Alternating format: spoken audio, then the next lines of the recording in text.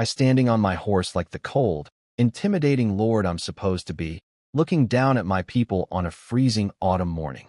Everyone's shivering, noses red like tomatoes. And what are they doing? Begging me to take more of their money. Please, Lord Roland, raise our taxes. Like what? In any normal kingdom, peasants would stab their lord with a pitchfork for even thinking about it. But why peasants? They're literally fighting each other to hand me their cash. And it gets worse. Some guy's offering me his 12-year-old daughter as a maid. Another dude's pushing his wife on me because she makes great bread. I'm standing there, face frozen, not from the cold but from pure confusion. And then my system pops up with a new tag, Thug Overlord. One sentence, and your people throw wives and money at you. Thanks. Very helpful. See, here's my problem. I got ice-guyed into this world, hit by the classic truck of destiny while saving someone. Very heroic, 5 stars. And I woke up as a noble lord with a starter tag that says, Villain. Me. The guy who built irrigation canals. Who pays his maids actual wages. Who basically invented a tiny socialist economy in a medieval backwater town. But do these people appreciate it normally? No. They went and told every traveling merchant that I'm basically the worst human being alive. They roleplay being oppressed so outsiders won't get jealous of how good they have it. I'm out here running a welfare state and my reputation is worse than a cartoon slave driver. So I tried giving them a speech. I'm a tyrant. Why don't you rebel? There's thousands of you and only 50 soldiers in my castle. My armored Viking bodyguards just scratched their ears awkwardly. The peasants blinked at me like I'd asked them to divide by 0. Rebel? Against the guy who makes sure nobody freezes to death in winter? Meanwhile, the next town over lost 100 people last cold season. But sure, I'm the villain. Then last night, everything went completely sideways. An OWL knocked on my window. A snow owl. At midnight. Delivered me a letter saying I've been accepted into some St. Halley's Academy for Lords. I've been a royal knight rank noble for years, and I've never heard of this place. Smelled super fishy. Next day, they showed up to pick me up. And by showed up, I mean a giant airship blocked out the sun over my entire town. Huge warbirds circling it with knights in full-plate armor riding on their backs. And then, oh, just casually, a dragon landed in my front yard. This thing was bigger than my castle.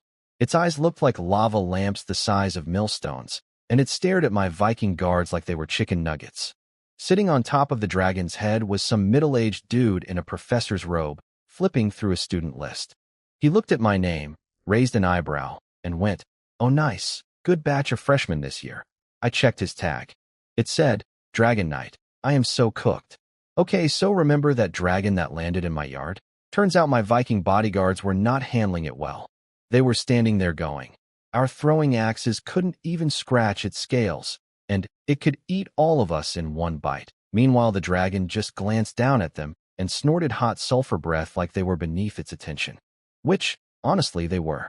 Then Professor Beckley drops a bombshell on me. Apparently, I'm something called a Warlord, not the Warlord with a machete kind. More like a magical commander class. Like wizards shoot fireballs, warlords summon armies. And get this, for 15 years I've been living in this world thinking magic doesn't exist. No wizards, no goblins, no nothing. Just regular medieval peasant stuff. Then a dragon shows up in my front yard, and my whole worldview does a backflip. He handed me a student handbook, and suddenly everything started clicking. Warlords can recruit soldiers from across dimensions and parallel worlds.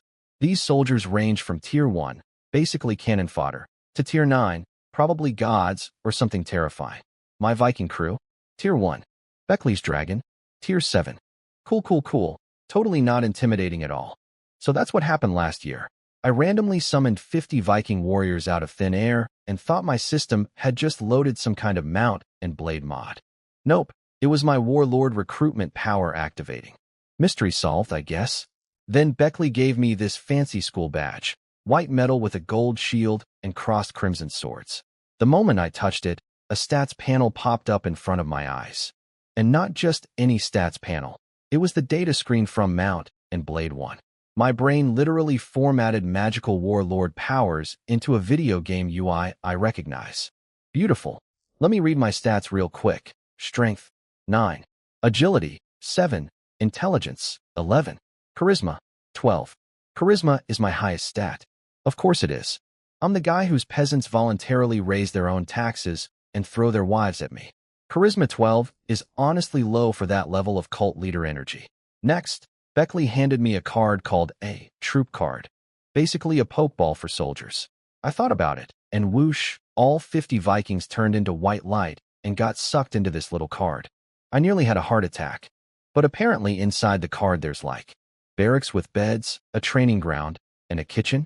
My Vikings are literally chilling in a pocket dimension. According to Beckley, first years learn to make these cards themselves.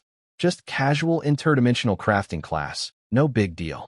I spent half a day speed running a 3-year development plan for my town, because I'm that kind of responsible overlord, and then boarded the airship. Which, by the way, is Tier 8. Higher than the dragon. The student shuttle bus is more powerful than a dragon. What kind of school I asked this? Inside, the airship was way bigger than the outside. TARDIS energy. On the front deck, about a dozen kids my age were already waiting. Some of them stared at me. A few looked straight up shocked. I recognized 2 faces, plus one kid wearing a Kingdom Knight uniform.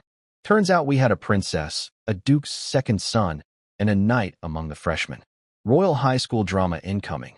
I can already feel it. Beckley gathered us up and gave the welcome speech. You are the 1 in a billion talents of the entire air continent. Okay, cool, feeling pretty special, but don't celebrate yet. Ah, there it is. During the 1-month trip to the academy, we have to complete our first official recruitment. Fail, and you get sent home. Some kid raised his hand nervously. What happens if we fail? You lose your enrollment and go back home. The kid literally sighed with relief. Oh, just back to being a noble? That's fine. And a bunch of other freshmen relaxed too.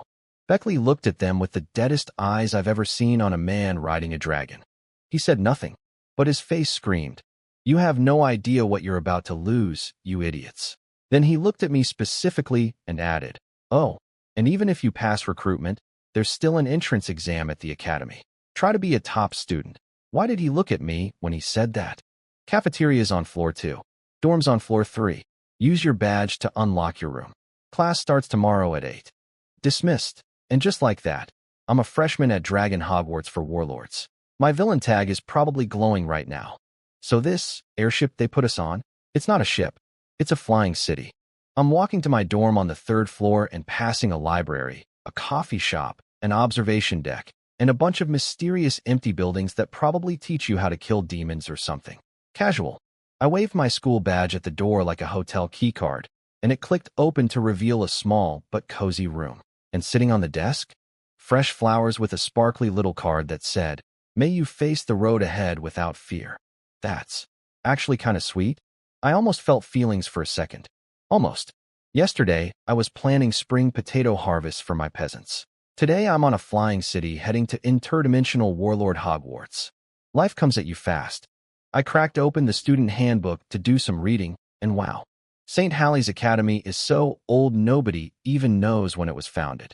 Some scholars say warlords from this school were fighting in the 9th Demonic War, and that was tens of thousands of years ago. The school's older than most civilizations. No big deal. And the job description for warlords? Oh, nothing major. Just protect all ordered planes of existence, explore unknown dimensional bubbles, and fight the demons of the 9 abyssal domains. Any plane the abyss demons visit gets turned into a death zone and then falls into infinite nothingness. Super chill career path. Very safe. Great benefits probably. No wonder Beckley gave those kids that dead-eyed stare when they said, "Oh well, I'll just go home and be a noble." Buddy, you're choosing 100 years of mediocrity over a path that makes gods bow their heads. But sure, go manage your daddy's estate. Anyway, I got hungry, so I went down to the 2nd floor to find the cafeteria. It's this wide, low wooden building, fancy but warm inside. Crystal chandeliers glowing soft orange like a fireplace. Very cozy. Then I noticed the ceiling was low because the staff were short. Like, really short. A halfling girl in a floral dress greeted me. "Welcome," and then she saw my face and just stopped. Froze. Eyes going wide. I just wanted to ask about the menu. I swear. "What are your specialties?" I said, in what I thought was a perfectly normal tone. She looked like she was about to cry. Like I'd just threatened to execute her whole family over undercooked soup. This is my life. My stupid villain lord. Tag has this permanent evil aura that twists everything I say into something terrifying. I could say, nice weather today, and people would hear, I will destroy the sun, but I've dealt with this before. I know the cheat code. I flicked a ruby off my fingertip and it landed right in her palm. Perfect shot. Turns out dragons aren't the only ones who can't resist shiny things. Works on girls too. Her tears dried up instantly. Her mental image of me upgraded from mean, difficult noble brat to mean, difficult, but rich noble brat. Progress.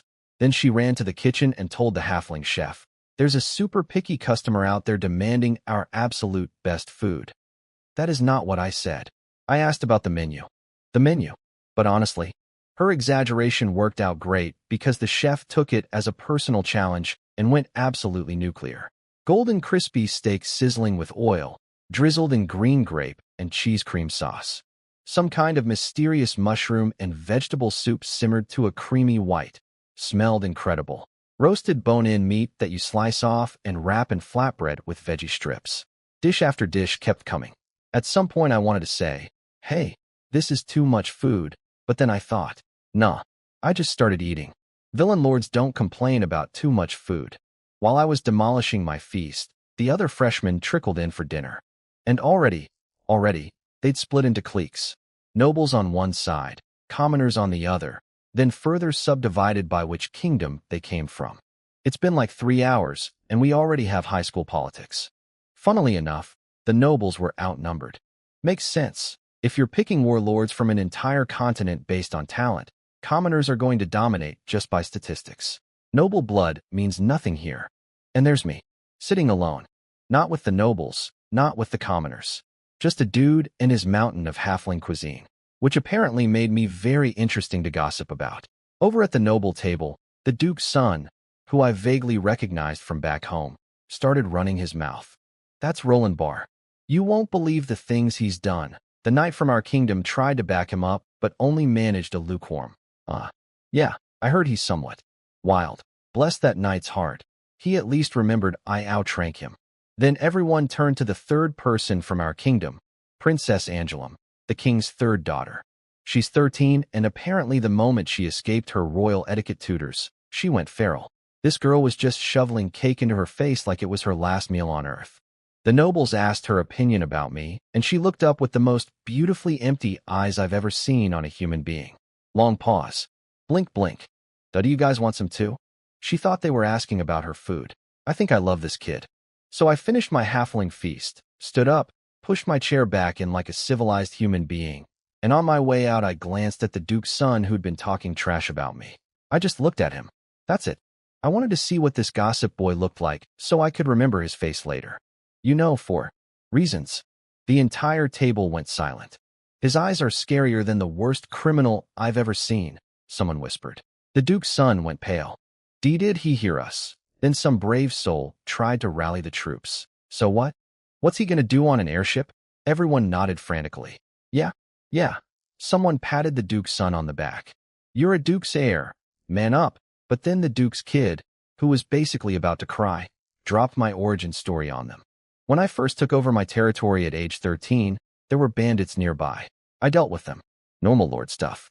But then, according to the legend, I supposedly impaled all the dead and surrendered bandits on wooden stakes and lined them up along the road as decoration. Everyone at the table collectively clenched. Stay away from Roland Barr. Forever, someone said, speaking for the whole group. Meanwhile, I'm walking back to my room and suddenly, ping, new tag acquired. The Impaler Prince description, wooden stakes. Impalement. Bottom to top. Excuse me? First of all, I only impaled the leader. One guy, and only because he tried to escape after I generously gave him a community service sentence instead of execution. You gotta make examples with hardened criminals. It worked, nobody ran after that. But does the legend care about context? No. Apparently, I'm Vlad Dracula now. Also, since when do tags pop up this easily? Back in my territory, I governed 1,000 people for 3 years and only got 2 tags. But one kid tells a spooky campfire story about me and boom, instant new tag from a dozen teenagers. My system must think future warlords carry more influence weight than regular peasants. Which, okay, fair, but it's still annoying because my tags are useless. Let me explain my garbage tier superpower. When enough people form a strong impression of me, I get a tag. Sounds cool, right? Wrong. These tags do basically nothing. Stingy, people think I'm cheap. War maniac, people think I fight good. Villain lord, people think I'm evil. Do any of these give me stat boosts? Superpowers? Anything. After years of testing, maybe? Kind of. It's like asking if horoscopes are real. The answer is, results inconclusive, please try again. And they expire after 1 year. Except, Villain Lord, which is permanent. My starter tag. Stuck to me like glue. I've tried getting positive tags to cancel it out. Impossible. Nobody believes the scary villain guy is actually nice. I once got diligent and precocious, but they're neutral tags and did absolutely nothing noticeable. My golden finger is basically a name tag printer that only makes mean labels. Whatever. Moving on. Next morning, I showed up to class half an hour early. Only Beckley was there. You're Roland bar, right? Didn't expect anyone this early. Then the classroom door opened, and I had to look up. Way up, a massive dark-skinned woman ducked through the doorframe. She was literally too tall for the door. She was carrying a lunchbox. A steaming, home-cooked lunchbox. And she walked straight to Beckley. Breakfast. All your favorite flavors. Her speech was a bit stiff, and she smelled faintly of sulfur. I checked her tag. Dragon Knight. Wait. Dragon Space Knight? Not Dragon Knight as one word. I slowly looked at Beckley. His tag. Dragon Knight. One word. No space. She's the dragon. In human form. Bringing her rider a homemade bento box. Oh. Beckley caught me connecting the dots, and his face turned red. This grown man who rides a Tier 7 abyssal fire dragon into battle got embarrassed because a student caught his dragon girlfriend bringing him breakfast. Ahem. He coughed loudly, desperate to change the subject. Roland, you've already completed your first recruitment, correct? Yes, sir. Absolutely, sir. Not thinking about your domestic situation at all, sir. Then you don't need today's lesson. And you'll get a reward for being a good student. Turns out Beckley's hint yesterday about the entrance exam wasn't just casual advice. The exam at St. Halley's is a battle. Every freshman has to prove they understand war. Real war, fought only with their recruited soldiers. So having more soldiers before the exam means a huge advantage. The academy gives each professor 5 slots to award outstanding freshmen with free recruitment materials. And since I'm the only kid who already completed recruitment before even boarding the ship, I qualified automatically. Free bonus army pull. Don't mind if I do. According to the handbook, my villain lord tag might be glowing darker than ever, but at least I'm teacher's pet now. Take that, Duke's son.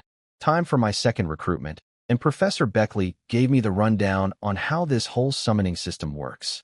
Short version, it's a gotcha game with no pity system. You need 3 things to recruit soldiers: payment, luck, and your own strength. Miss any one of those, and you get nothing. And even if you have all 3, what you actually pull is completely random. It's like every mobile game developer's dream. Pure gambling with 0 guarantees. Want a dragon? Sure, just throw in mountains of shiny precious metals. Or use, same type summoning, which means you need a dragon that already likes you to basically call its friends over. The dragon equivalent of, hey guys, I found a sucker with deep pockets. Come get free food. That's literally how it works. Dragons are scammers. The Academy has thousands of years of warlords experimenting with different recruitment methods, so they've figured out some formulas. Beckley pulled out a red crystal coin, standard currency across the ordered planes of existence, and explained the throw money at it method. The rates? 87% chance of getting human soldiers. 11% chance of getting greedy goblins. The remaining 2% is not enough data to be statistically significant, but someone once supposedly pulled a dragon, so keep dreaming. This is literally a banner with terrible rates, and the Academy is telling freshmen to roll on it. Gotcha predators transcend dimensions. I had a question, though. What did we pay for our first recruitment? Beckley made a face like he'd been waiting for someone to ask. The cost was the excess high-purity magical energy that leaked out when you first awakened as a warlord. Pause. But free usually means low quality, so most warlords' first pull is garbage. Which is why Beckley was surprised when he saw my 50 Viking warriors. Apparently getting Tier 1 combat-ready soldiers from the freebie pull is like winning the lottery. I pulled gold on the free banner. Lucky me. I wanted to ask more questions, but Beckley checked the clock. They'll teach all this in first year. Right now, take a deep breath and pray your luck holds up. Then he turned to his dragon girlfriend. Sergenth, take this curious little genius to recruitment room 1, and make sure he reads the safety instructions. So her name is Sergenth. Good to know. She nodded, gave me a look that said, follow, and led me to the room with her usual economy of words. Recruitment room. Instructions and materials. She dropped a bag of red crystal coins on the table and pointed at the wall. Done. 10 words. Efficiency Queen. The wall was covered in safety warnings from some professor named Mordecai Anvilhammer. Newbie recruitment room. Designed for first years. Limits. Tier 1 to 3 soldiers only. Human and friendly races only. Then a personal note from the professor. Listen here, young war brats. Before this safety room existed, the death rate for young warlords during recruitment was 7.8%. The 7.8% was in giant bold font. Yeah, turns out when you open a connection to infinite dimensions and yell, come to me, sometimes what answers is something that wants to eat you. Baby warlords are basically advertising themselves as an all-you-can-eat buffet to interdimensional predators. That's why first and second years are banned from recruiting on their own. Upper years can do whatever they want because by then they've learned to protect themselves. Also, picking a fight with a warlord who already commands an army is just delivering yourself as lunch in reverse. Anyway, recruitment time. I put the crystal coins on the pedestal and got ready. I was actually a little excited. According to the instructions, I needed to activate the ritual with magic power and then shout an incantation. Now here's the funny part. The incantation doesn't actually do anything. It's pure superstition. But generations of warlords swear that people who chant get slightly better results than people who don't. So it became tradition. It's the summoning equivalent of blowing on your dice. When in Rome. Declaration, I announced with maximum drama. Warriors who answer the call of war, who seek iron, blood, and glory, respond to me. My consciousness got yanked up through infinite dimensions. I could see countless plane bubbles floating like stars. The crystal coins dissolved into light, and many of those bubbles started glowing softly. Some instinct told me I just had to reach toward any glowing one, and whatever was inside would come. Problem, I had no idea what was in any of them. It's like a claw machine where you can't see the prizes. I stood there paralyed by choice anxiety. But then, something wild happened. My 2 tags, Thug Overlord and the Impaler Prince, shattered into light particles and joined the recruitment. They fed themselves into the ritual as extra payment. The starfield exploded with brightness. All the dim little glows vanished, and only 2 options remained. And unlike before, I could actually see what was inside them. Option A, answering the call of Thug Overlord. Tier 2, Pinder Rogue Knights, 50 riders, human heavy cavalry. Low magic world physique. My jaw dropped. Pinder, as in Prophesy of Pinder, the Mount and Blade mod. These are the landless, disgraced noble knights who turned into roaming mercenary thugs. They got the rogue label because they're basically medieval hooligans in full-plate armor on warhorses. But their actual combat training is legit. Being rated Tier 2 in a multiverse ranking system proves that. Option B, answering the call of the Impaler Prince. Tier 4, Blood Dragon Knights, 30 riders, vampire heavy cavalry. High magic world physique. Legion effect. Crimson thirst when blood hungry. Tier 1. Lasts until all blood knights die or all enemies are dead. Warning. When Crimson thirst activates, nearby allied units experience confusion and morale drop. The blood knights don't care where the blood comes from. When I first saw Dragon Knights, I got excited. I thought they were from Pinder 2. The legendary Knights of the Dragon. The pride of the North. The famous 29 dragons that make every mount and blade player's knees weak. Then I read the fine print and nearly choked. These aren't those Dragon Knights. These are from Warhammer. Vampire Counts Faction. Blood Dragon Knights. Undead vampire cavalry that goes into a feeding frenzy so intense, they'll drain their own allies if there aren't enough enemies to munch on. Tier 4 base that jumps to Tier 5 when hungry. 30 immortal blood-sucking knights in full-plate armor who view every battlefield as an all-you-can-drink bar.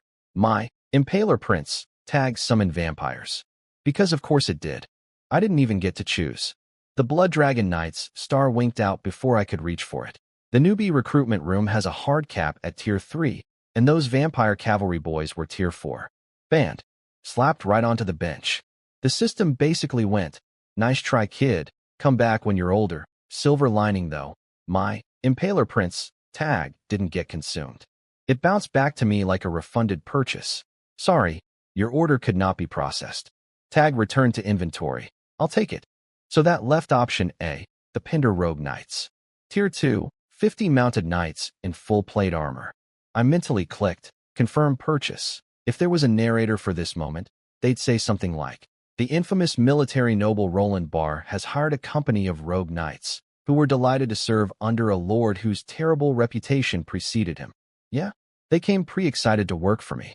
My villain fame is apparently a recruitment bonus. The ritual drained me hard though. I felt like I'd pulled 2 consecutive all-nighters. The handbook says that's magical exhaustion. Basically my brain mana tank hit empty. No more recruiting today. But the results? Armored warhorses snorting nervously in this strange new room. Knights in full plate dismounting with metallic clinks. Their leader knelt, offered me his sword, and the whole unit followed. 50 knights on one knee. Classic feudal oath of loyalty. Very dramatic. Very cool. But something was weird. According to the handbook, freshly recruited soldiers usually start at normal morale. You know, that awkward, new job, don't know the boss yet, energy. But I checked these guys and their morale was at maximum. They were ready to charge into hell right now if I said the word. My consumed, thug overlord, tag had basically given them a preloaded fanboy buff. They showed up already worshipping me. Terrifying. I tapped the lead knight's shoulders with his own sword. The official, you work for me now, ceremony, and asked his name. He pulled off his bucket helmet to reveal the face of a 30-something man who looked less like a knight and more like a bandit who stole a knight's outfit. Rough. Cunning. The kind of face that says, I know 17 ways to cheat at cards. Call me Bullhal, sir. His smile was pure suck-up energy with zero sincerity, but his eyes were genuinely eager. Then he immediately asked, Boss, we've heard all about your reputation. So what are we robbing first? My face twitched. These are the soldiers my thug overlord tag attracted. Of course their first question is about looting. And oh, I said firmly, not right now. Then I realized I had a logistics problem. I just summoned 50 knights with horses inside a room on a flying ship, and I had nowhere to put them. Brilliant planning, Roland. Really thought this through. Click. The door opened. Sergenth walked in to check that my recruitment went smoothly, professor's orders. She saw 50 human knights in full plate armor, standing in formation, and her sulfur-yellow dragon eyes flickered with surprise. Another Tier 2 pull? For a freshman's second recruitment? That's genuinely rare. And that's when my rogue knights demonstrated exactly why they're called rogue knights. Hey, check out the babe. Wolf whistles. Catcalls. 50 unwashed medieval scoundrels who just arrived in a new dimension and immediately started hitting on the first woman they saw. I stood there with the expression of a man watching a car crash in slow motion. Guys, that's not a woman. I mean she is, technically, but she's also, Sergenth started transforming. Right there, in front of them, the tall dark-skinned lady began growing scales, and horns, and a tail, and wings, and more scales, and teeth. The Tier 7 Abyssal Fire Dragon casually strolled up to my 50 frozen in terror rogue knights, raised one building-sized claw, and slammed it into the ground. Knights went flying. Horses went flying. Dignity went flying. Everything went flying. I barely stayed on my feet because she specifically aimed around me. Professional courtesy, I suppose. She dropped a blank troop card in my hand. Here, and control your soldiers. Then she walked out. I looked at my pile of groaning, dented, traumatized rogue knights with the coldest expression I could manage. There will not be a next time. This isn't Pender. Are we clear? From the look on their faces, this lesson would last a lifetime. I sucked them all into the troop card. Problem solved. Deep breath. Despite the incident, the result was actually great. 2 units now, 50 Vikings and 50 armored cavalry. Not bad for a freshman. Later, I went back to class. Beckley was teaching the other freshmen how to do their first recruitment. Relax, clear your mind, listen to the call from across the plains. Basic meditation stuff. Nobody was getting it. Kids sitting there squeezing their eyes shut, trying to feel cosmic vibrations, and just getting headaches. Beckley wasn't worried. They had 29 days until we reached the academy, and historically 99% of candidates figure it out within 2 weeks. He didn't even ask about my recruitment results. Just nodded and said, "Find a seat." Then he clapped his hands and switched topics. "Recruitment practice is over for now. Time to learn how to control the magic power inside your bodies." Every single person in the room perked up like puppies hearing a treat bag. Magic. We all grew up on stories about wizards and spells, and now we're being told we have magic too? Don't think magic belongs only to those robe-wearing, spell-chanting wizards, Beckley said, looking slightly offended on behalf of warlords everywhere. Warlords use magic just as impressively. We just focus it differently. Translation: wizards throw fireballs, we throw armies. But the energy source is the same. My villain tag is glowing, my rogue knights are traumatized, and I'm about to learn magic. Day 2 of Warlord School is going great. Morning class was all about basic meditation, the beginner's guide to feeling your inner magic. Beckley warned us, magic class is a core subject at the academy. Don't be that student who only cares about recruiting cool soldiers and flunks everything else. A few kids who were clearly still daydreaming about summoning dragons snapped back to attention real fast. Time flies when you're learning to feel mystical energy flowing through your body. Before I knew it, Beckley called break and said he'd resume at 4 p.m. The classroom exploded with chatter. "I'm so hungry I could eat a whole cow. My brain is so full of knowledge right now. Did you take meditation notes? Please let me copy them. I missed some parts." Then, right as I was about to sprint to the cafeteria, "Oh, Roland Bar, come to my office." Every head in the room swiveled to watch me follow the professor out. I could practically hear the gossip engine revving up behind me. Why did the professor single him out? Maybe he was late this morning. First day and already in trouble. Classic Roland Bar. The Duke's son was thrilled. You know that kid in school who gets excited when the class troublemaker gets sent to the principal? That's him. That's his whole personality. Buddy, I wasn't late. I was getting a bonus army. But sure, enjoy your moment. In Beckley's office, he hit me with, "So Sergant tells me you spent 100 red crystal coins and got 50 tier 2 knights." He had this weird little smile. Then, without me asking anything, he goes, "Not bad. But did you know that when your professor did his second recruitment, I used crystal coins and pulled a tier 3 baby abyssal fire dragon?" I stared at him. "Nobody asked you that, sir.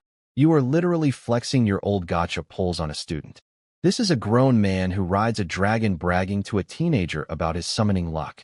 I kept my deadpan cat face on and said, "Professor, if you called me here just to tell me about your recruitment history, I think I'll be going." Ahem. Of course not. He led me through the airship to a building on the first floor. The sign read, "Combat Simulation Training Room." My gamer senses tingled hard. "Get used to this place," Beckley said cheerfully. "You'll be here every day for the next month." He had me scan my school badge and, magical light scanned my whole body. Identity registration complete. My badge projected my stats panel, and now it had a new line. Simulation combat score 0. Then I read the plaque on the wall. Combat Simulation Room, developed by Professor Mordecai Anvilhammer. Designed to rapidly familiarize new warlords with their abilities. It's a tutorial level. This whole thing is a video game tutorial, and I'm living in it. But wait, there's more. Contains 100 classic battles with increasing difficulty. Completing each battle earns corresponding rewards. 100 missions with scaling difficulty and loot drops? Say no more. Wanna try?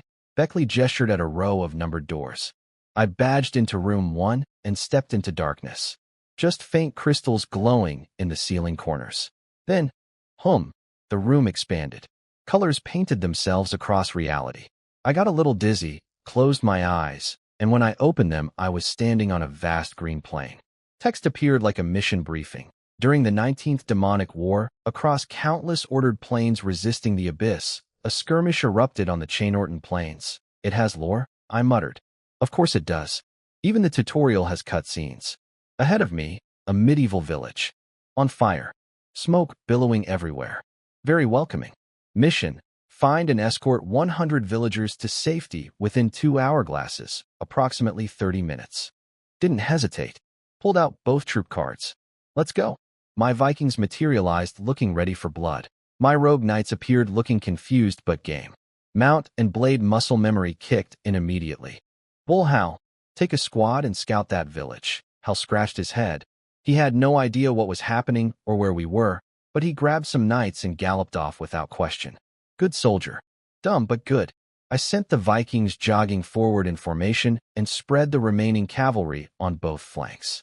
Plains are perfect for cavalry, but also perfect for anyone chasing us. Double-edged sword. Hal's scouts came back fast, and they brought friends. Behind my retreating knights, twisted humanoid things. Bloated, mutated bodies oozing thick black liquid. Their limbs were wrong. Too many joints, too many fingers, bending the wrong way. Abyss, Tier 1, Abyssal Fallen, order beings corrupted by abyssal power. Will attack all living things without discrimination. Basically zombies. Dimensional demon zombies. Cool. Love that for me. My rogue knights were shooting arrows while retreating on horseback, and their aim was filthy, nailing targets at 70+ meters from a galloping horse. Feudal military training is no joke. Every arrow found its mark and pinned a fallen to the ground. For about 1 second. Then the things stood back up with arrows sticking out of them and kept running. My soldiers got nervous. Both the Vikings and the knights started shifting uncomfortably. These guys aren't scared of fighting. They're scared of things that don't die when you kill them. But I've been watching carefully. Their weak point is the head. How scouts peeled off the road to give my Vikings room. The Viking shield wall advanced. 40 steps. The front line could see the monster's cloudy, dead eyes now. Throw, a Viking bellowed. Throwing axes and javelins rained down like it was a clearance sale at the weapons store. These guys are professional throwers. Their whole combat doctrine is, empty your pockets of sharp objects before the swords come out, and their aim was beautiful. Skulls got separated from bodies left and right. And just like I said, headless fallen stayed down. The Vikings' morale shot through the roof. Their boss was right. Kill the brain, kill the zombie. I'm gonna use your skull as a soup bowl, one Viking screamed while charging. I didn't teach them that. They came like this. My army is made up of trash-talking Vikings and catcalling cavalry. I'm building the most morally questionable military force in the multiverse, and honestly, we're crushing this tutorial. My Vikings steamrolled those abyssal fallen like they were traffic cones. Turns out, once you get over the whole unkillable zombie thing, they're actually dumber than wild animals. At least a wolf uses strategy when hunting. These things just run at you screaming. Same tier as my Vikings on paper, but in practice, my boys didn't take a single casualty while wiping them all out. Not even a scratch. I kept my poker face on and marched everyone toward the burning village. Found the surviving villagers barricaded inside a church while fallen swarmed outside. My rogue knights went full bulldozer mode. Plate armor cavalry charging through thousands of zombie things like a hot knife through butter. They literally carved a road through the horde. It was beautiful. I was already mentally celebrating. Then the actual abyssal tide showed up. Not dozens. Not hundreds. A flood of them. Pouring over the horizon like someone kicked over an ant hill the size of a continent. Most one-sided defeat of my career. I stumbled out of Simulation Room 1 with a migraine and a frown. Beckley checked his watch. 10 minutes. Not bad. Not bad. The difficulty spike was insane. He just smiled that annoying wise teacher smile. First time, losing is normal.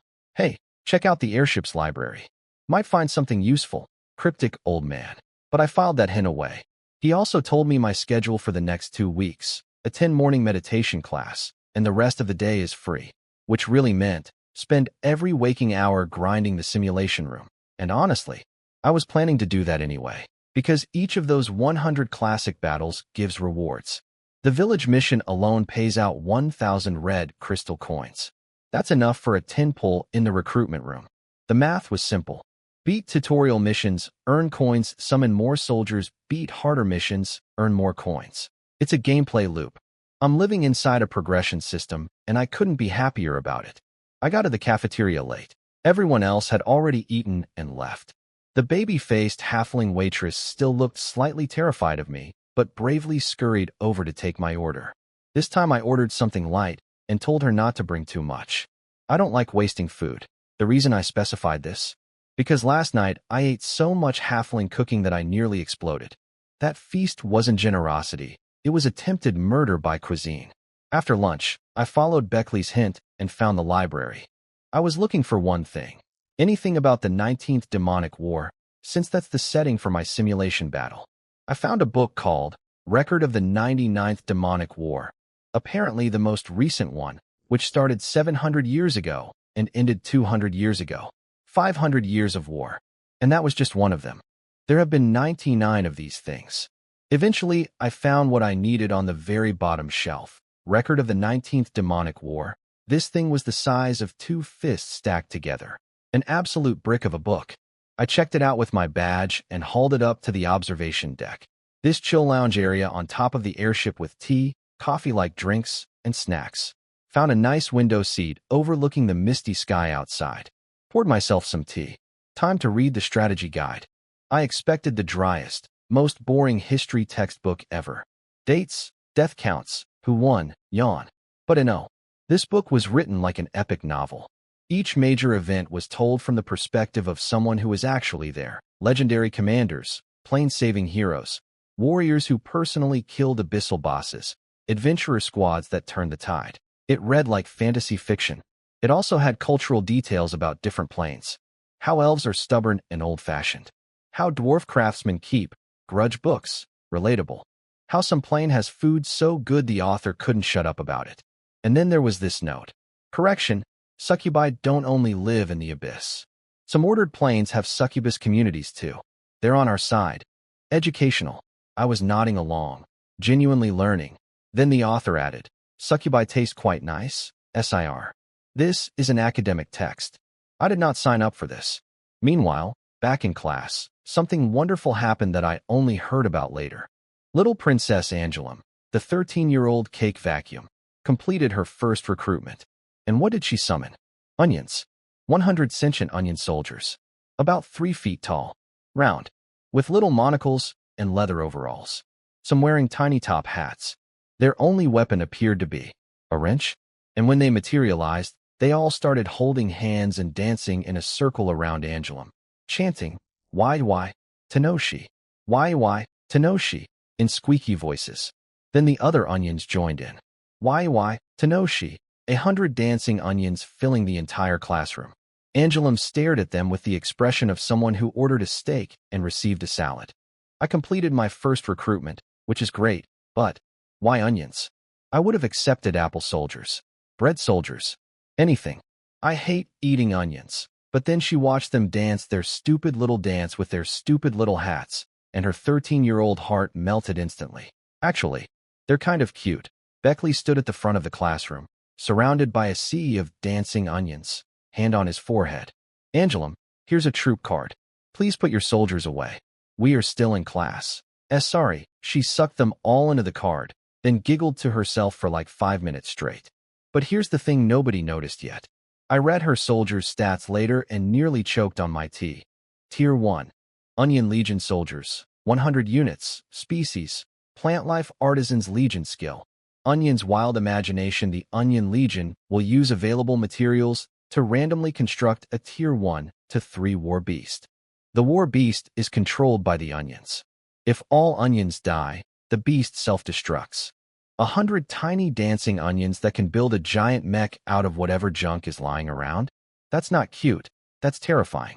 The princess accidentally summoned 100 tiny mad engineers who can assemble a kaiju on a lunch break. This school is wild. Angelum also got the genius reward, free second recruitment. She went off with Sergeant to the recruitment room while the rest of the freshmen were still struggling to feel their inner magic during class. My daily routine was beautiful. Sleep at 11, wake at 7. Eat a lovely halfling breakfast. Go to the observation deck with tea, cookies, and my giant war history book. Read all day. Repeat. Peaceful. Productive. Perfect. Angelum's routine was different. She's 13. What kind of self-control does a 13-year-old have? None. When she found out she only needed to attend 2 hours of meditation class per day, she went absolutely feral, sleeping until whenever she wanted. Then releasing her 100 onion soldiers and playing exploration games with them across the airship. She was literally crawling through storage rooms and air ducts with a tiny onion army, like some kind of princess-themed dungeon crawler. The The simulation training room? Not interested. Beckley was watching all this from the shadows and slowly losing his mind. If he let this kid keep running wild, she was going to waste her entire potential. This girl recruited 100 mad genius onion engineers, and she's using them to explore closets. So on day 4, I'm sitting in my usual spot, sipping tea, reading about ancient demon wars, living my best life, and Beckley storms in with Angelum in tow. The princess looked like she'd crawled through a haunted house. Her uniform was filthy, her golden hair had actual spider webs in it, and Beckley's face could curdle milk. Your job, he told me, is to supervise her. Keep her out of the storage rooms on the bottom deck. Translation: babysit the feral princess and make her do something productive. He dropped her off and left. Just walked away with the satisfied strut of a man who successfully made his problem someone else's problem. Thanks, Professor. Really appreciate it. Angelum stood there looking nervous. She'd heard all the scary Roland stories from the other nobles.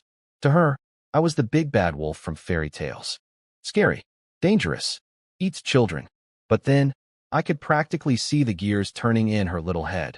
She started imagining herself as Little Red Riding Hood having a thrilling chase scene with Big Bad Wolf Roland across the airship. Naturally, in her fantasy, justice prevails and she becomes the hero. She giggled out loud at her own imagination. Then she snapped back to reality. I hadn't moved, hadn't looked up from my book, hadn't acknowledged her existence even slightly. She sat down very carefully, watching me like I might bite. Her feet didn't reach the floor, so she just dangled them, swinging back and forth. Nothing to do. No onion army. No air ducts to explore. Just sitting. So she started studying my face. And apparently had a revelation. Neat black hair. Young features, but well-defined.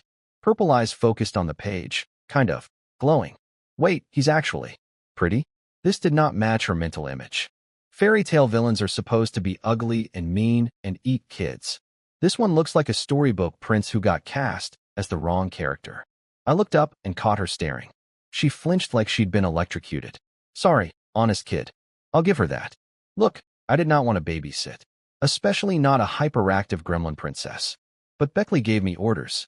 So I told her, Angelum, I suggest you go back to your room and clean up first. She touched her hair, felt the spider webs, and, wah, she bolted toward the dorms like her skirt was on fire. I watched her go and checked her tag. Foodie princess. Yeah, that tracks. Half an hour later, she came back squeaky clean in a fresh school uniform. White wool shirt, brown jacket, plaid skirt, white socks, little leather shoes. She did a little spin in front of me like, look, I'm clean now. Praise me. I had to lean back because her still damp hair smelled like lavender and it made my nose itch. Personal space, princess. Personal space. Then, without asking, she started eating MY cookies. Just reached over and grabbed them. Crunch, crunch, crunch.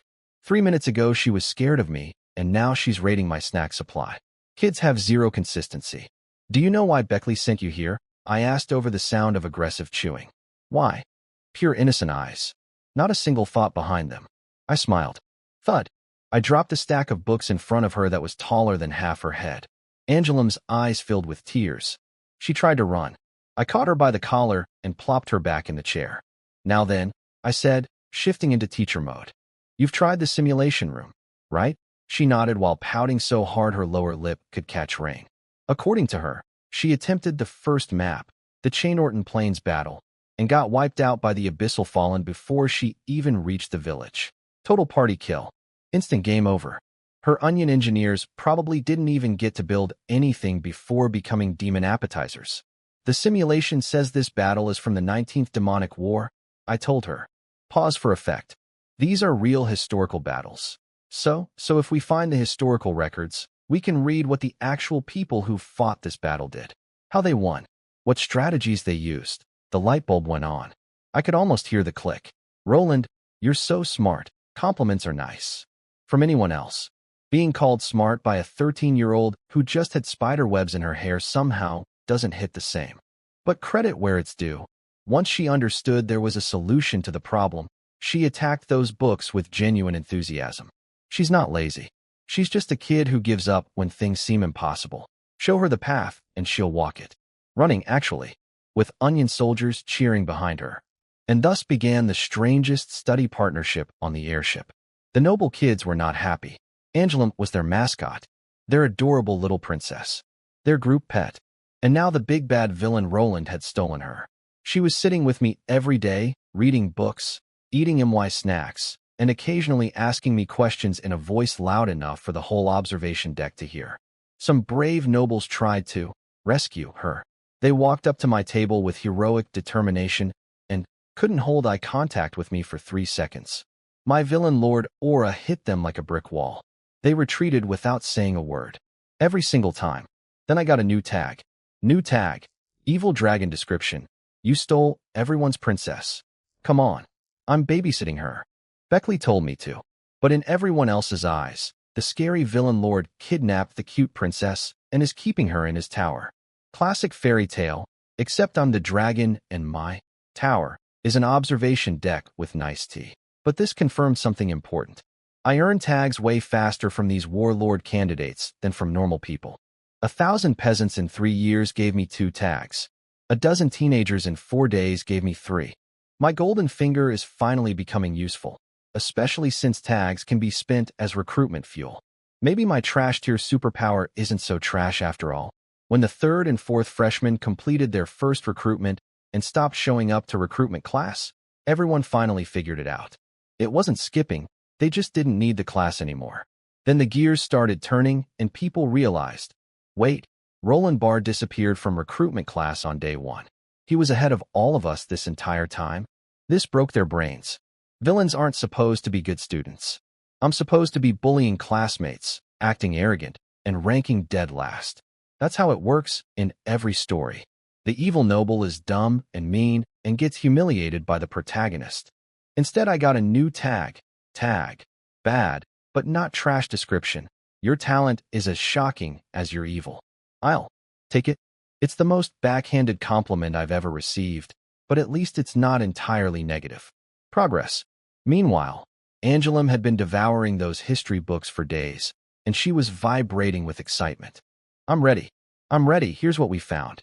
The Chainorton Plains battle wasn't just some random skirmish. It was the battle that decided the fate of an entire plane of existence. The Abyss launched a surprise attack. The Warlord defending that plane got cocky and careless, and a massive demon tide crushed the Order forces. But then, in the village of Chainorton, a 15-year-old farm girl lost her family and friends to the demon wave, and the trauma awakened her Warlord powers. Her first recruitment, her freebie pull, summoned angels. Actual angels from behind the veil of light. Beings so powerful and mysterious that almost no warlord in history has ever recruited one. This random village girl with 0 training held back the entire abyssal tide for 3 days with nothing but angel power and sheer willpower. Those 3 days gave the Shattered Order army time to regroup and counterattack. Historians agree. Without her, that plane falls to the abyss. Period. She didn't survive. Burned herself out completely on the Chainorton Plains. Didn't even leave behind her name. But everyone agreed. If she had lived, she would have been legendary. So that's the puzzle. The simulation map doesn't just want you to save villagers from the church. You have to find the farm girl before the demons kill her. If she dies before awakening, nobody stops the demon tide in the final wave, and it's game over. That's why I got crushed the first time. I didn't know about her. So, understood, I looked at Angelum. She patted her flat little chest with maximum confidence. Go in, follow Roland's orders, don't wander off, don't mess around. Good girl. Let's do this. The simulation room supports up to 4 warlords cooperating on the same map, though the difficulty scales up to match. When we arrived, 2 other freshmen who'd completed their recruitment were already there, 1 noble, 1 commoner, debating whether to team up for the Chainorton map. They saw us walk in. Their eyes lit up. For people would mean better odds. The commoner kid opened his mouth to suggest joining forces, and then felt my villain Lord aura. His mouth closed. His enthusiasm died. He turned away and pretended we didn't exist. Angelum watched this happen with genuine confusion. Why does everyone think you're a bad person? She'd conveniently forgotten that 3 days ago she thought I was a child-eating wolf. Memory of a goldfish, this one. But now apparently I'm a good person because I remind her to chew slowly when she steals my cookies. The bar is underground, and she still had to dig for it. We entered the simulation together, and my troops deployed on the road outside the village. Vikings in formation. Rogue knights on the flanks. Then Angelim's army materialized on the left side, and, what the hell are those? Onions, my Vikings yelled. Every single one of my soldiers stared at the round little onion people with expressions of pure bewilderment. I told them these were friendlies. They did not look convinced. Then I saw Angelim's second recruitment result, and honestly, I nearly lost it. Standing in neat rows, wearing fancy green armor, carrying shields, tall, thin, humanoid soldiers. Very professional looking. Very official. Under the armor? Carrots. Tier 1. Carrot Royal Guards, 100 units, species, plant life soldiers, everything I summon is food I hate. Angelim stomped her foot. I wanted bread soldiers. Apple soldiers. Why is it always vegetables? I was doing math in my head. If we go on long campaigns with Angelim's army, do we ever run out of food? Can we eat the casualties? Is that a war crime if they're vegetables? These are important strategic questions that nobody at this academy is asking. Why?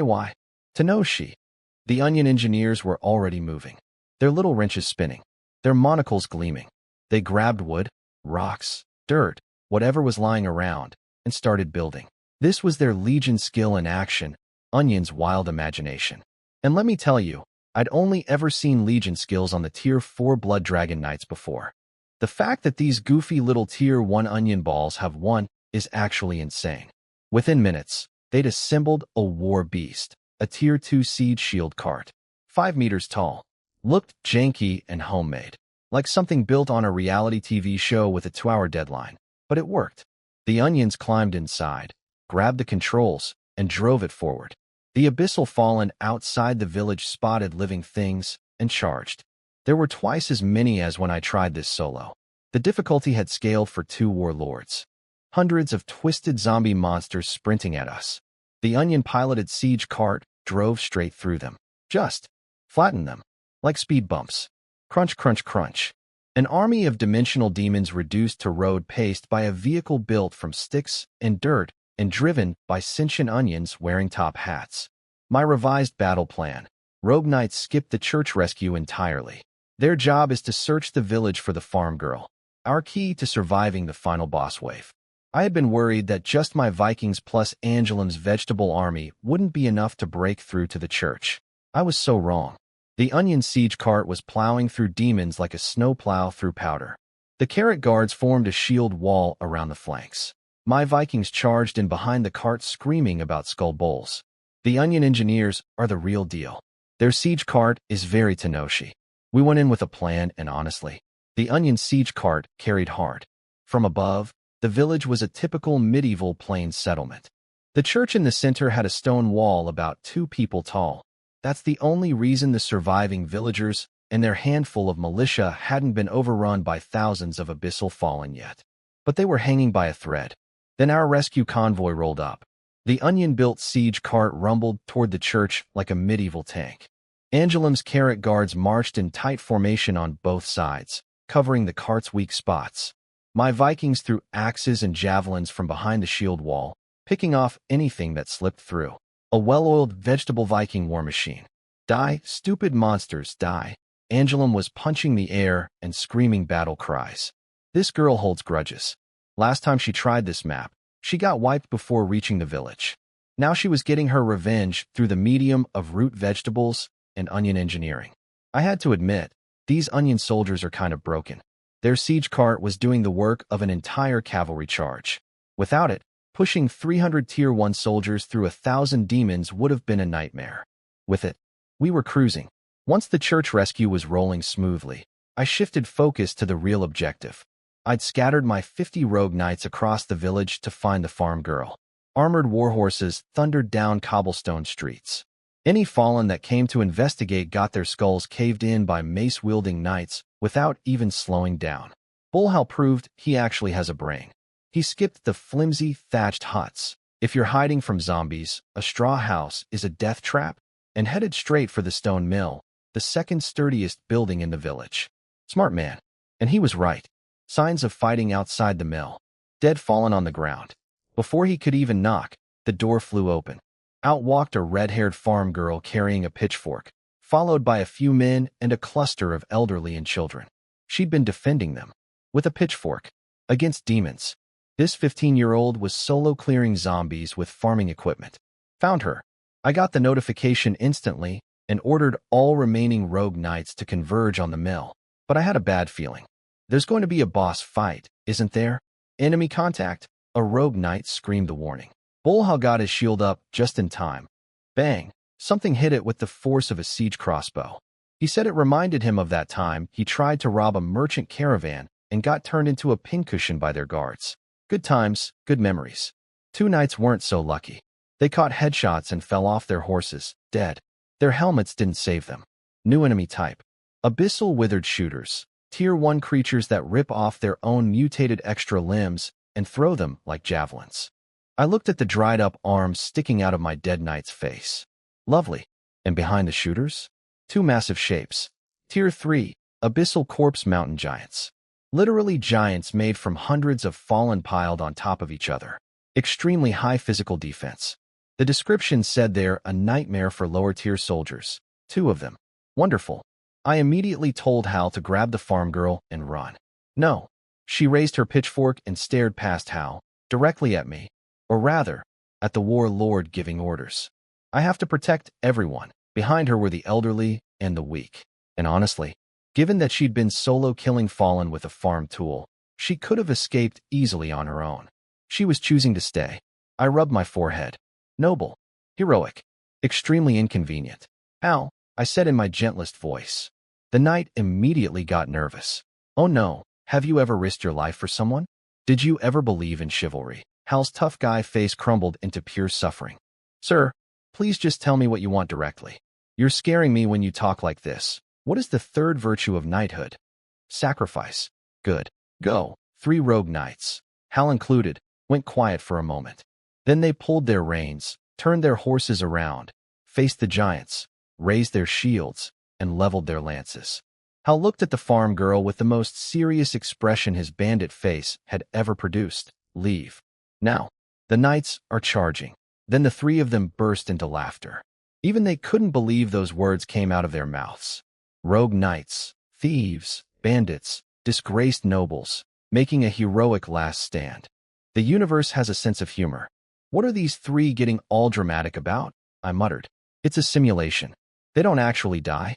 But apparently when you're a knight, once the heroic energy hits a certain threshold, you'll charge a windmill if someone points at it. Rogue knights are still knights, I guess. Their sacrifice bought precious seconds. The remaining knights arrived as reinforcements, and in a fighting retreat that cost me almost my entire cavalry force, we got the farm girl and her people to the village entrance where the church survivors were already gathered. Safe. Not even close. The horizon turned black. The abyssal tide rose from the edge of the world like a tsunami made of nightmares. Thousands. Millions? I couldn't count. This was the scripted final wave, the one that crushed me the first time. But this time I was calm. WAH. Angelum jumped at the sight. Then, the red-haired farm girl began to glow. Brilliant, blinding light erupted from her body. During the 19th Demonic War, a hero whose name was never recorded held the Chainorton Plains for 3 days. The cutscene played out exactly as the history book described. She burned like a star. The demons crashed against her light like waves against a cliff. 3 days compressed into seconds of pure cinematic glory. She gave everything. And when the light faded, she was gone. Mission complete. Chainorton Plains skirmish. Please collect your rewards. She was so cool. Angelum sniffled, eyes red and teary, still emotionally wrecked by the farm girl's sacrifice. Me? My eyes went straight to my badge. 1,000 red crystal coins. 1,000 coins. 110 pull. Time to hit the gacha. Don't judge me. The farm girl would have wanted me to use her legacy for optimal resource management. We walked out of the simulation room like champions. In the public lounge, the other 2 warlords, the noble kid and the carpenter boy, were having a post-defeat therapy session. How are we supposed to stop that final demon tide? It's impossible with our strength. The noble was literally head-butting the table. The carpenter was muttering to himself, trying to figure out what they missed. Then they saw us, and I could read their thoughts perfectly. Oh good, they probably failed too. Misery loves company. Then they looked at the scoreboard. Chainorton Plains skirmish. Completions. 2. That number had been 0 when they left. The noble gasped like he'd been stabbed. The carpenter went through 5 stages of grief in 2 seconds. But to his credit, the carpenter kid did something the noble couldn't. He swallowed his pride and actually talked to me. Roland, can you tell me how to beat it? He was bracing for mockery, expecting me to laugh in his face. The villain thing, you know. Go to the library. You'll find what you need there. I didn't even turn around. Very cool of me. Very mysterious. They stood there blinking until the light bulb went on. Oh, that's why Roland and the princess have been reading books on the observation deck all week. Thank you, Roland. They scrambled off to the library like their pants were on fire. Beckley found me afterward, looking pleased with himself. His Angelum experiment had worked perfectly. He'd dumped a feral princess on me, and I'd turned her into a functioning student who cleared the first mission. He was basically glowing with self-satisfaction. You earned 1,000 red crystal coins, right? I nodded. Then he handed me something precious, a worn little notebook. His personal class notes from when he was a first-year student, plus 10 blank troop cards for me and Angelum. It's all stuff you'll learn in first year anyway. Think of it as early study material. I was genuinely touched. This was like getting the answer key before the exam. After he left, I grabbed Angelum by the collar before she could escape. The little princess put on her most innocent face. I finished the mission. Can I sleep in and stop coming to the reading sessions? No. Why? I held up Beckley's notebook with maximum dramatic energy. Do you know what this is? She squinted at it for way too long. A book that's falling apart. I bonked her on the head with it. Gently. Mostly gently. It's a secret guide from a senior graduate. You dummy. That got her attention. Her eyes went wide. Then suspicious. But the professor gave it to you. He won't mind sharing. Roland, you're such a good person. She tried to pat my shoulder. Couldn't reach. Patted my stomach instead. What she didn't see was my mouth curling into a scheming smile. Yes. Keep calling me a good person. I need those positive tags and kids are easy to farm them from. My master plan is working perfectly. So, tomorrow morning at 8, same spot. Her smile evaporated. Roland, I take it back. You're a bad person. Are you kidding me? I literally just shared a priceless study guide with you. After intense negotiations, I moved the time to 9 a.m., and she gave me back my good person card. Parenting is exhausting. Back in my room, I opened Beckley's notebook with the reverence of a scholar handling ancient scripture. Day 1. Today is my first day at St. Hallie's Academy. This is a new beginning. I will work hard to become an outstanding warlord. Beautiful. Inspiring. This is the man who became a dragon knight. Day 2. Played with dragon. Day 3. Played with dragon. Huh? I flipped back to make sure I didn't miss pages. Nope. Beckley, oh Beckley, how can you spend all your free time playing with the dragon? He was scolding himself in his own diary. Day 5. What is strategy chess? Looks fun. Day 6. Played chess. With dragon. Everything circles back to the dragon with this man. No wonder he became a dragon knight. He speedran the relationship questline from day 1. His entire academic career was apparently hang out with dragon, occasionally attend class. Luckily, there was useful content mixed in between the dragon dates. Today in war class, the professor explained how to build a proper army. My takeaway: don't just collect bodies. Focus on quality and function. Now we're talking. First years can rarely recruit Tier 4 units as a core, so building your army around a system makes you much stronger than just piling up random troops. An army system. Like how Angelum could center everything around her onion engineers and their war beasts. Give them materials, let them build giant machines, and structure the rest of the army to protect and support that process. That's a system. For normal warlords, the notebook suggested picking one philosophy. Go full turtle, maximum defense, or full bull, maximum aggression. With limited first-year resources, trying to do everything means doing nothing well. And Beckley's first-year army philosophy: I have a dragon. That's not a strategy. That's just having a dragon. I closed the notebook and thought about my own army composition. I had 50 Viking infantry and 50 Rogue Knights cavalry. What direction should I take? I'll decide after tomorrow's 10 pull. Fair. No point planning around units I don't have yet. Speaking of recruitment, I checked my usable tags. Bad but not trash, the Impaler Prince, and Evil Dragon. Only 2 would activate during recruitment since Villain Lord, had never done anything despite being my oldest and most powerful tag. It just sits there, glowing darker every day, being completely useless. I glared at it. Villain Lord, do something. Earn your keep. And you know what? When a man gets angry enough, desperate enough, frustrated enough at his own useless golden finger, apparently you can force-activate a tag through sheer willpower and spite.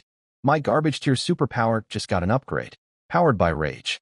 Mornin', Angelum shuffled and looking like a zombie who'd lost a fight with her pillow.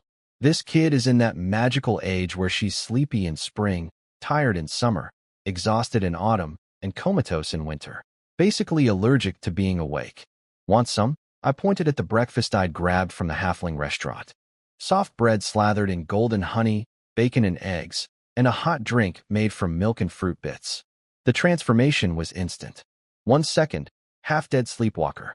Next second, fully operational eating machine.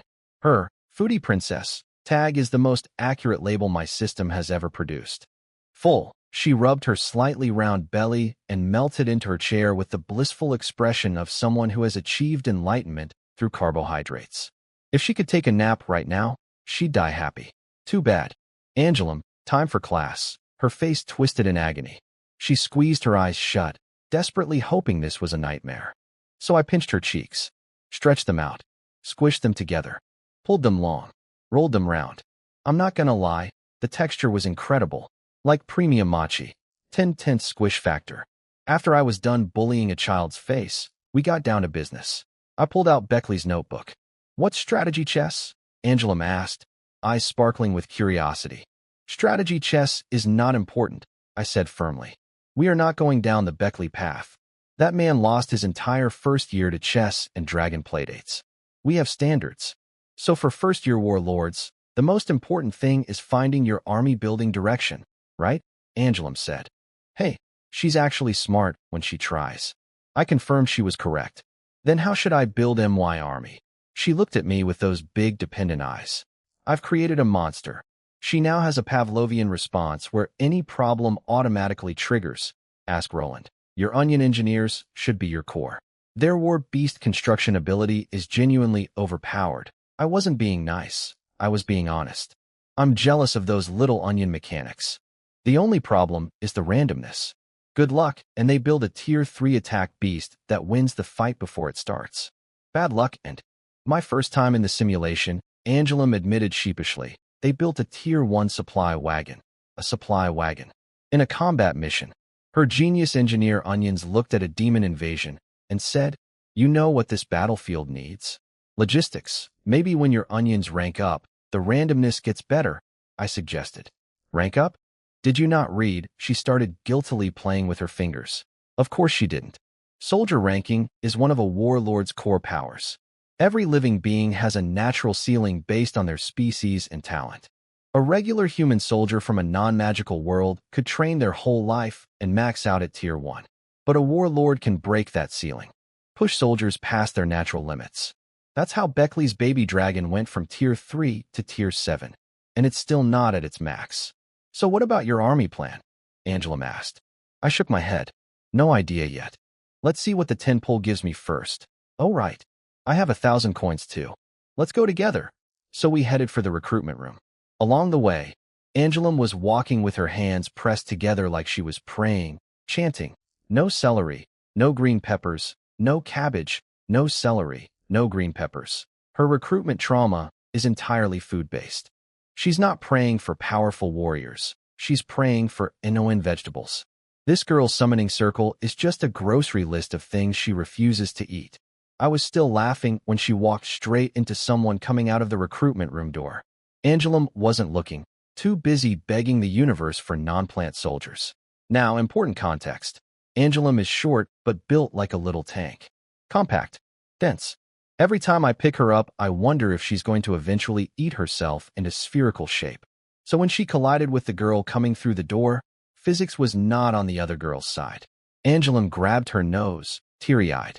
The other girl, a skinny, fragile thing only half a head taller than the princess, went flying backwards. I caught her wrist before she hit the floor. Thin, skin and bones. This girl weighed approximately nothing. I am sorry, She stammered, terrified. It was my fault. I wasn't watching, Angelum said through her hands, sounding nasally. The skinny girl relaxed a tiny bit. Then she remembered that someone had caught her. Oh, she should say thank you. She looked up at her savior's face. She made eye contact with me. My villain Lord Fear aura activated at point-blank range. She failed her mental saving throw. Her eyes rolled back, and she fainted on the spot. Just dropped. Lights out. Good night. See you tomorrow. Angelum's eyes went huge. Roland, you killed her. I flicked Angelum's forehead. She's not dead. She fainted. I carried the unconscious girl to the airship's medical bay, where the doctor turned out to be a thumb-sized flower fairy wielding a magic wand no bigger than a toothpick. She waved it around, releasing fragrant healing magic that wrapped around the pale girl. Then the fairy turned to me and started yelling. Tiny squeaky fairy rage. Barely audible, but absolutely furious. The doctor says you scared her patient. Angelum translated helpfully. I didn't need a translation. The fairy was the size of my thumb, and she was pointing at me with a wand the size of a splinter while screaming what were clearly fairy swear words. The message was pretty clear. It was an accident. I made sure to explain this very carefully because I absolutely did not want tomorrow's gossip to be Roland Barr uses female classmates as punching bags, a new chapter in his Legend of Evil. Thankfully, the girl woke up. I'm sorry. Roland actually saved me from falling. I should be thanking him. Thank you. Witness testimony. Case dismissed. Angelum apologized for the collision. The girl introduced herself quietly. Ayla. Ayla. I took a closer look at her while they chatted. Dry, yellowish hair. Pale, bloodless face. Classic signs of long-term malnutrition. She flinched away from my contact with Angelum.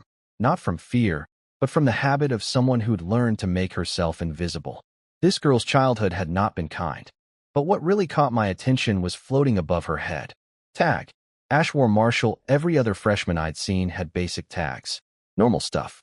This girl, the one so fragile she fainted from my contact, was carrying a tag that sounded like it belonged to a final boss. Ashwar Marshall. What exactly are you, skinny girl? So the girl I scared unconscious? Turns out she has a whole tragic backstory. Ayla sinned. Fallen noble family. Parents died. Relatives stole everything and treated her like a servant, barely fed her scraps of bread. She only got a chance at life when Beckley picked her up for the academy. Her one wish? Just not to be bullied anymore. She'd been spending the whole trip trying to be invisible, like a baby lamb hiding in a wolf pack. And then she saw me, the guy everyone is terrified of. The guy who sits alone not because he's excluded, but because he's radiating, approach and die. Energy so hard that everyone excludes themselves. In her eyes, I wasn't being isolated. I was single-handedly cold-shouldering the entire freshman class. Apparently, this is her dream self. She whispered to herself on the hospital bed. I want to be like Roland. Girl, you fainted from looking at me. We have some work to do. She started practicing my looking at bugs expression. The flower fairy doctor watched Ayla's face cycle between trying to look cold and then giggling to herself, and got so concerned she added brain medicine to Ayla's prescription. The fairy thinks she's mentally ill. She's not. She's just fangirling. But I didn't know any of this at the time. Anyway, recruitment time. I walked into the solo recruitment room, slapped down 100 red crystal coins, and fired up the ritual. Stars lit up across infinite dimensions. My 2 tags, Bad But Not Trash, and the Impaler Prince, flew into the constellation and instantly cleared out all the dim options, leaving just 2 bright orbs. Impaler Prince brought back its usual obsession, the Blood Dragon Knights from Warhammer. Again. Tier 4. Again. Blocked by the Tier 3 cap. Again. This tag has a one-track mind. It's like a cat bringing you the same dead bird every morning. You want vampires? Here's vampires. No. How about vampires? Still no? Vampires. The other option was new though. Tier 3. Trifarian Rune Crossbowmen, 70 soldiers. Human Legion Crossbowmen. Rune Craftsmanship. Trifarian? Didn't ring a bell at first. Then I saw their banner. For letters, Noxus. As in League of Legends Noxus? The strength above all. Military empire from Runeterra? Yep. My Bad But Not Trash tag reached across dimensions and grabbed soldiers from the faction that literally embodies evil but competent. On brand. Painfully on brand. These guys looked mean. Half-body forged steel armor, armored gauntlets. No helmets because Noxians apparently think head protection is for cowards. And their crossbows? Oversized metal monsters with glowing blue runes carved into the surface. Those runes supercharge every bolt with devastating power. Tier 3 ranged unit? Yes, please. Their captain stepped forward. Sir, we seek purpose and self-worth through war. Don't worry, I said flatly. There's plenty of war where we're going. They bowed. Card. Done. Beautiful. Now for the remaining pulls without tags. Just raw crystal coin luck. Let's see what the universe gives me. Tier 1, City Thugs, 1,000 people. Description, human. That's it. That's the whole description. Not even a full sentence. The system couldn't be bothered to write more than one word about these losers. But wait, a message appeared. Roland's name has spread among the Pinder Rogue Knights. If you decline the City Thugs, 50 Pinder Rogue Knights will come to serve you instead. There's a pity system? My tags created a safety net. If I pull garbage, my previously recruited units can vouch for me and send reinforcements instead. The Noxians hadn't built enough trust yet, but my Rogue Knights were already spreading the gospel of Roland across Pinder. Swap. Rogue Knights 50. Next pull. Tier 1. Gang Enforcers, 500. Human. Swap. Rogue Knights 50. Next. Tier 1. Wilderness Bandits, 500. Human. Swap. Rogue Knights 50. 3 consecutive pulls of criminals. I am apparently cosmically bonded to the outlaw demographic. Every dimension I reach into, the first thing that answers is whatever lowlife is closest to the summoning circle. I looked up at my permanent tag, Villain Lord. Of course, my starter tag is acting as a magnet for every thug, bandit, and delinquent across the multiverse. My gacha is rigged. The banner is called Roland's Criminal Record, and it has a 100% off banner rate for scumbags. At least the pity system converted them all to Rogue Knights. Silver linings. I had 600 coins left. The handbook says when recruitment goes badly, throw in more payment. So I did what any rational person would do. All in. 600 coins. Everything. And that's when something insane happened. My Villain Lord tag, the one that has done absolutely nothing useful for my entire life, suddenly ripped itself free and launched into the dimensional void. Black light exploded everywhere. Did it just work? Did my garbage starter tag finally pull something? When Villain Lord flew back to me, it looked lighter, like someone had put it through a wash cycle. The tag that had been getting darker and more ominous every day had actually faded slightly. And in my hands materialized. Tier 3, sealed, dark scripture description, magic book. Sealed. I stared at the pitch-black tome sitting in my palm. A book. My Villain Lord tag spent 600 coins and recruited a book. Not soldiers. Not warriors. A book. Before I could even process this, the dark scripture flipped itself open to page 1. Forbidden knowledge slammed into my brain like a truck. Blasphemous symbols. Cursed diagrams. Dark rituals.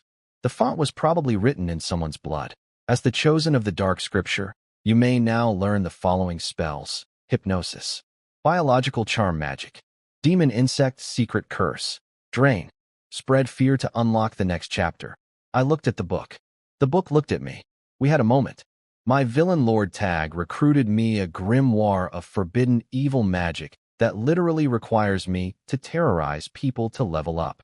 The unlock condition isn't study hard or practice daily. It's make people afraid of you. I've been doing that by accident my entire life.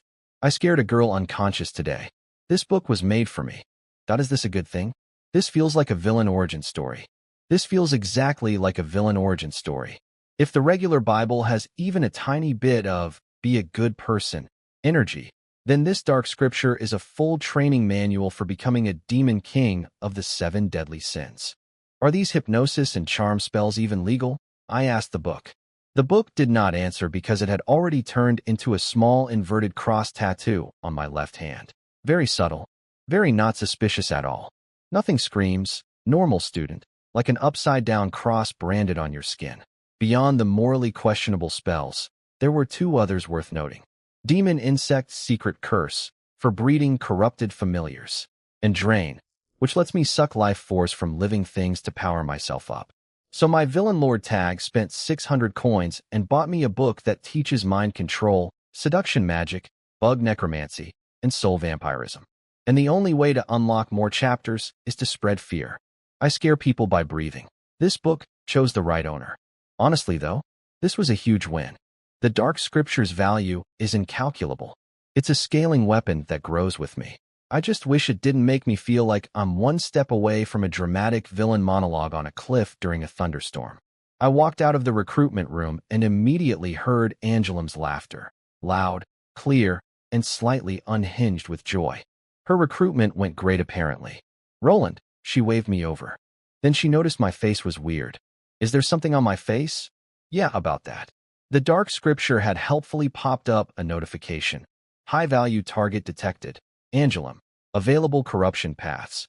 Gluttony. Lust. The book wants me to corrupt the 13-year-old princess into either a glutton demon or a no. Absolutely not. I am not reading the second option. I rubbed my face and said, nothing. The Dark Scripture is a registered deviant, and I'm going to pretend that notification doesn't exist.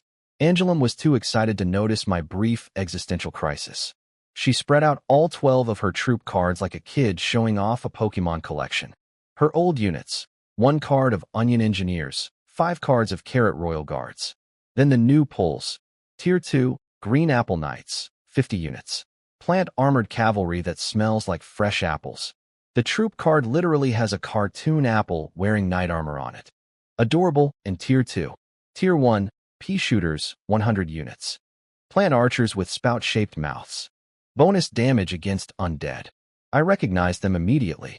Those are Plants vs. Zombies Pea Shooters.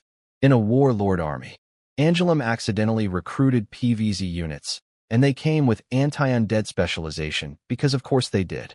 Their entire franchise is about fighting zombies. And the last card had a picture of a giant cabbage on it. Tier 2, Biting Kale, 5 units. Magical plants that bite things while rolling. 5 giant attack cabbages that somersault at enemies and chew on them. Not cabbage. I hate cabbage, Angelum had screamed earlier. But she was laughing now because getting Tier 2 units from a 10 pull is genuinely great luck. The universe has decided that Angelum's army will consist entirely of food she refuses to eat. This is cosmic-level trolling, and I respect it. What about you? She looked at my cards with sparkly eyes. I laid out 6 cards. For Pinder Rogue Knights, 1 Viking, 1 Trifarian Rune Crossbowman. So high quality, she gasped. Fair point. I only had 1 Tier 1 unit. Everything else was Tier 2 or 3. My army was small but elite. Hers was large but salad.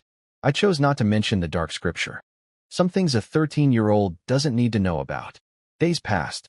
My routine was zen-like. Morning tea and books on the observation deck. Teach Angela meditation tips when she got stuck. Afternoons in the simulation room attacking the second map. Map 2 was a massive difficulty jump. Map 1 teaches you offense and defense. Map 2 says, great, now fight a Sekiro boss. It's a siege defense mission. Hold a key section of a fortress city called the Iron Wall. I had friendly troops, city defense weapons, the whole package. Sounds manageable? The attackers were all Tier 2 minimum. The demon trash mobs were Tier 2. The cannon fodder was Tier 2. When I saw that first wave coming, I just laughed. The peaceful kind of laugh. The I'm going to die repeatedly laugh. Meanwhile, Ayla, the girl I'd knocked unconscious with my face, had quietly become part of our group. After that day, she somehow became friends with Angelum. And Angelum, with the flawless logic of a child, decided that if SHE had to suffer through Roland's book torture sessions, Ayla should suffer too. Misery loves company. Plot twist. Ayla liked reading. She devoured those books faster than Angelum ate cookies. When I quizzed them, Ayla could actually answer, stammering, blushing, but correct. She was genuinely smart when she wasn't fainting from social anxiety. For me, this just meant double the positive tag farming efficiency. 2 girls thinking I'm a good teacher? Twice the chances for nice labels. The Dark Scripture, however, kept being creepy. High-value target detected. Send Ayla. Available corruption paths. Envy, wrath, lust. I swear this book just scans every person near me and immediately calculates how to turn them evil. It's like an evil career counselor. Have you considered a future in wrath? Your trauma profile is perfect for it. Shut up. Book. Ayla completed the first map and nervously asked if she could join our team for map 2. Angelum said yes before I could even open my mouth. I agreed too. More soldiers, better odds. I later found out Ayla was the 5th person to clear map 1 and earn the genius reward. That quiet little mouse was keeping pace with me. Then Beckley called an all-hands meeting. Standing at the front, he was actually smiling. You are the best batch of freshmen I've ever taught. Every single person had completed their first recruitment in under 10 days. 100% pass rate. We were all officially qualified for St. Halley's Academy. But his smile vanished. Don't celebrate. Getting IN is just step 1. He confirmed what we'd figured out. Simulation missions give rewards. Rewards by recruitment polls. More soldiers mean better exam scores. 5 of us had cleared map 1 already. The noble and the carpenter, the 2 I'd told to go to the library, couldn't help grinning. They also glanced at me with gratitude. They knew who'd given them the hint. But then someone did the math. Out of 5 people who cleared map 1, 3 were me, Angelum, and Ayla. 2 girls who spend every day sitting with Roland. Common factor? Girls. New tag, Playboy R. You. Kidding. Me. I'm tutoring them. In history. With books. We sit in a public observation lounge drinking tea. There is nothing romantic about yelling at a 13-year-old to stop eating my cookies. But sure, the first guy to study with girls must be a playboy. These warlord candidates have the emotional maturity of middle schoolers. Which, to be fair, most of them literally are. Beckley wasn't done with his announcement. The day before we arrive at the academy, I'm holding a combat tournament. The room buzzed. First place gets a little personal gift from yours truly. Every freshman sat up straighter. A gift from a Dragon Knight professor? That could be anything. A rare troop card. A recruitment material. Dragon-related resources. I need that prize. The Playboy villain Lord with the evil Bible needs that prize.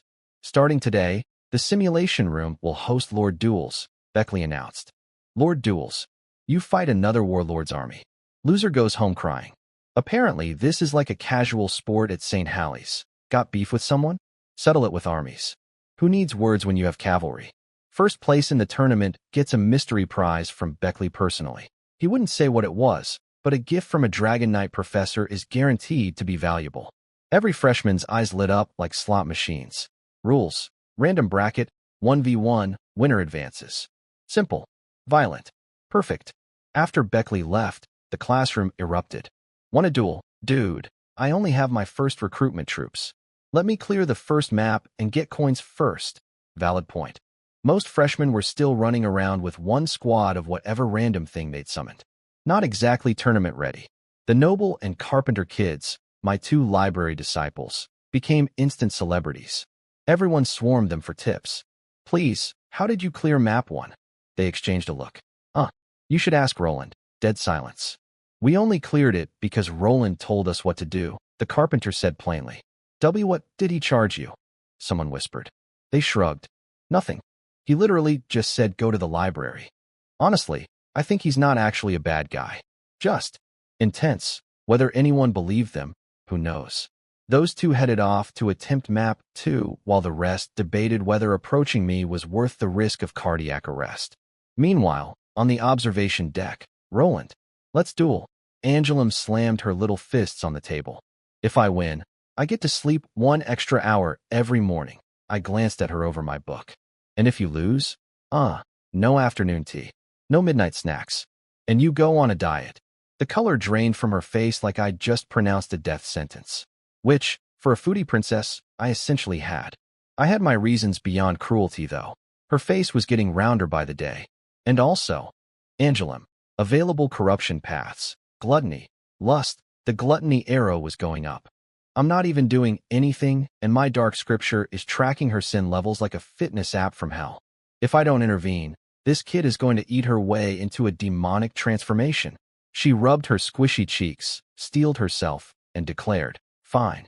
I accept. Then, after a pause, this diet food. Do I eat it before meals, or after? That's not how diets work, Angelum. Lord Duel. Initiated. Map. Small. Simple terrain win condition. Destroy all enemy soldiers, or the enemy's Lord Castle. I looked down at the battlefield from Godview. A 10 by 10 kilometer map, split by a river. Forests, hills, flatland. Fog of war covering everything. I was on the right side. Place your Lord Castle on the right side of the map. I picked a flat area. Boom. A crude wooden castle erupted from the ground. The fog cleared in a 1-kilometer radius around it. Now here's where it got interesting. This wasn't just a throw your armies at each other game. It was a full-on real-time strategy system. Tier 1 Castle, Action Points. 1. Deployable Troop Tier. Tier 1, 1 action point. I could either deploy my Viking troop card, Tier 1, or spend it upgrading my castle to Tier 2. Action points refill every 10 minutes. This was literally StarCraft. Do I rush with early units or tech up? No hesitation. Upgrade castle. The wooden fort transformed into a stone fortress. Fog cleared to a 2-kilometer radius. Now I had a Tier 2 castle that could deploy Tier 2 troops with 2 action points. The gamble was that Angelum would rush me while I was defenseless. And she did. Before my action points recharged, Onion engineers appeared in my vision pushing a giant ballista, escorted by carrot guards. Clever girl. Her onions had built a Tier 2 siege crossbow this time. Actually useful for offense, and she was charging straight at me. Fast aggression. But I'd been ready for exactly this. I pulled out a Rogue Knight troop card and deployed it using my own magic power instead of action points. There's a second deployment method. Burn your personal mana to place troops directly, bypassing the action point timer. It drained half my magic reserves, but 50 armored cavalry materialized in front of my castle. I could read Angelum's strategy perfectly. She'd used her action point on onions, then burn mana for the carrot escort. Smart for a 13-year-old, but predictable. The ballista was powerful, but slow to move, slow to reload. All I needed was fast cavalry to flank around and eat her onion engineers alive.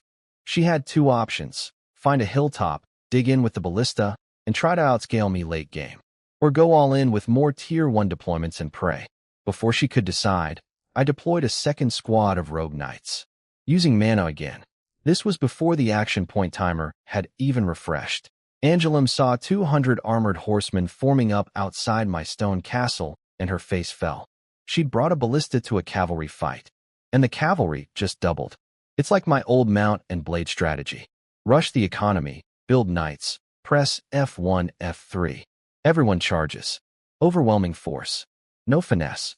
Just horses. The diet was looking increasingly inevitable. Angelum panicked the moment she saw 2 full squads of rogue knights charging at her in spread formation. 100 armored horsemen picking up speed is not a subtle thing. The ground was literally shaking. She ordered her carrot guards into a shield wall in front of the onion engineers and the ballista. Credit where it's due. Those carrot guards earned their Royal Guard title. For vegetables, they fight as hard as any human heavy infantry. But heavy infantry versus heavy cavalry is a debate as old as warfare itself. And today, the cavalry had an answer. The ballista fired. Whoosh. 2 unlucky rogue knights got skewered, horse and rider, and dissolved into white light. But that barely slowed the charge. The ballista's fatal weakness? Reload time. The onions were scrambling to reload, but there was no time. No time at all. Hundreds of meters closed in seconds. Lances hit shields. Thud. Shield shattered. Carrots went flying. Armored warhorses plowed through the vegetable shield wall like a truck through a salad bar.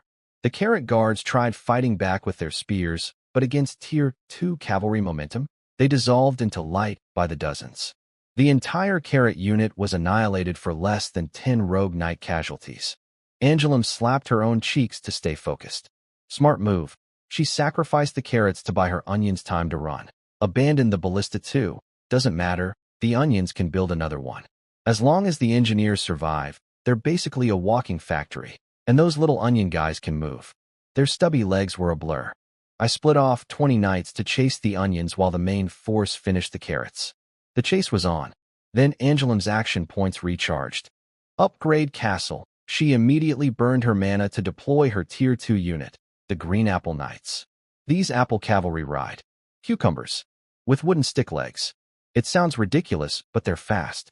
They came galloping in to rescue the onions, and my pursuing knights wisely pulled back rather than fight outnumbered. Angelum got aggressive. She saw my smaller group and thought she could pick them off. Both sides started shooting from horseback, apple knights with walnut wood bows, rogue knights twisting in their saddles to return fire. But here's the thing. Both sides were wearing full plate armor. Arrows just bounced off everything. It was the medieval equivalent of two tanks throwing pebbles at each other. A total stalemate of mutual trash throwing. Then my main cavalry force finished mopping up the carrots and came thundering over. Angelim's apple knights immediately turned tail and ran. Smart apples. No hesitation. Very crispy survival instincts. Good, good. Most of my onions made it. Angelim counted about 50 survivors and immediately put them to work. Clang, clang, clang. Wrenches flying. And a brand new ballista materialized from scrap materials. She had her core back. Apple Knights plus ballista could hold off my cavalry. She was stabilizing. Or so she thought. Then she heard singing. War hymns. In Noxian, my Trifarian rune crossbowmen marched onto the field. 70 elite soldiers with glowing blue rune-enhanced crossbows. The enchantments on their bolts? Explosive and armor-piercing. The first volley hit like artillery. Blue streaks across the sky, then boom, boom, boom. Explosions ripped across Angelim's position. Her apple knights were dodging shrapnel while trying to hold formation against my cavalry and avoid getting carpet-bombed by magic crossbow fire. In desperation, she deployed her biting kale, 5 attack cabbages that roll at enemies and chomp them. They unfurled with a horrifying shriek and barreled toward my crossbowmen. They got turned into coleslaw before they crossed half the distance. 70 rune bolts versus 5 cabbages. Not even close. The apple knights fought bravely, but they were outnumbered, outgunned, and being crossbow bombarded while dodging lance charges. It was over. The victory is decided, I announced. Starting today, control your eating. 1 hour of exercise daily. Angelim hung her head in total defeat. She didn't just lose a battle. She lost her snack privileges. Fine, she mumbled. I needed to do this. Not just for her health. The dark scripture was tracking her. Angelim, corruption paths, gluttony, lust, that gluttony arrow was climbing. If I don't intervene, one day her foodie princess tag is going to say corrupted in front of it. I have no idea what a fully gluttony corrupted 13-year-old looks like, and I do not want to find out. What are you staring at? She puffed her cheeks at me. I shook my head. She didn't need to know her sin meter was filling up. That's grown-up villain problems. When we walked into the simulation room's public lounge, something unusual happened. The other freshmen didn't scatter like usual. They all turned and looked at me. Directly. I froze. Angelim tilted her head. Ayla got nervous and grabbed my sleeve, pulling me in front of her like a human shield, protecting me. The girl who fainted from looking at me was now using me as a bodyguard. Character development. Turns out they just wanted the map 1 strategy. Roland, can you please tell us how to clear Chainorton Plains? The library. Everything you need is there. New tag. Mysterious stranger description. They now believe you're not pure evil, but your personality and behavior remain impossible to read. 2 tags in 1 day. Playboy and Mysterious Stranger. My tag collection is becoming a dating sim character sheet. Are we still doing map 2 today? Ayla raised her hand. Still early. Why not? Iron Wall Siege Defense. We loaded in, and then Angelim and I both turned to stare at Ayla. Please don't look at me like that. She squeaked, face turning red. Still soft-spoken. Still looked like she'd cry if you raised your voice. Still seemed like the most harmless creature on the airship. Then she pulled out her troop cards and summoned her army. Dwarf butchers. Mad orc butchers. Skull crusher butchers. Dungeon butchers. Row after row of butchers materialized. Massive, armed with cleavers and hooks. Covered in what I sincerely hoped was not blood. Scarred, muscular, terrifying creatures that looked like they'd been recruited from the world's worst slaughterhouse. The girl who faints for my contact. The girl who whispers every sentence. The girl who hides behind me when strangers approach. Her entire army is butchers. Ashwar Marshall suddenly made a lot more sense. And I was significantly more concerned. Bang, bang, bang. Roland, open up. Only one person on this entire flying city has the audacity to pound on my door like she's the police. Angelim. I cracked the door open and immediately blocked her. Out. I'm changing. She blinked, noticed I was toweling my hair, went, oh, and backed off. When I opened the door again, she shot through the gap like a cat who heard a can opener. Shoes. OFF. Ugh, you're fussier about cleanliness than a girl. Roland. She complained, but she complied. Good. I have standards. This is my room, and it will remain civilized. Even though she'd been here before, she was snooping around like it was a museum exhibit. Then she started sniffing me. Roland, what cologne are you wearing? It smells really nice. She leaned in close, took a deep inhale, and confirmed the smell was coming from me specifically. Just incense, I lied. It wasn't incense. It was a side effect of biochar magic running passively. But she doesn't need to know that. Nobody needs to know that. Come here, face forward. She presented her round little face obediently. I placed my hand on it. Drain. Activate. Okay, let me explain. I've been studying the 4 dark spells from the scripture, and I've actually made real progress. Biocharm and hypnosis are both mind-affecting spells, right? So I combined them with my villain lord's natural fear aura and created something I call mass terror. In testing, anyone who fails the willpower check either has their morale shatter completely or starts attacking their own allies. Even against fellow warlords it works. Ayla gets mentally sluggish and makes command errors, and she's built up partial resistance from hanging around me constantly. Against strangers? It'd be devastating. But back to the drain situation. Here's my problem. I told Angelum to diet. I told a foodie princess to eat less. Her exact response was, just let me die. Meanwhile, the dark scripture keeps flashing. Angelum, gluttony. If she keeps binge eating, she might literally undergo demonic corruption. I don't know exactly what a gluttony-corrupted 13-year-old looks like, but I imagine it involves tentacles and an unhealthy relationship with buffets. I need to prevent this. Solution, drain.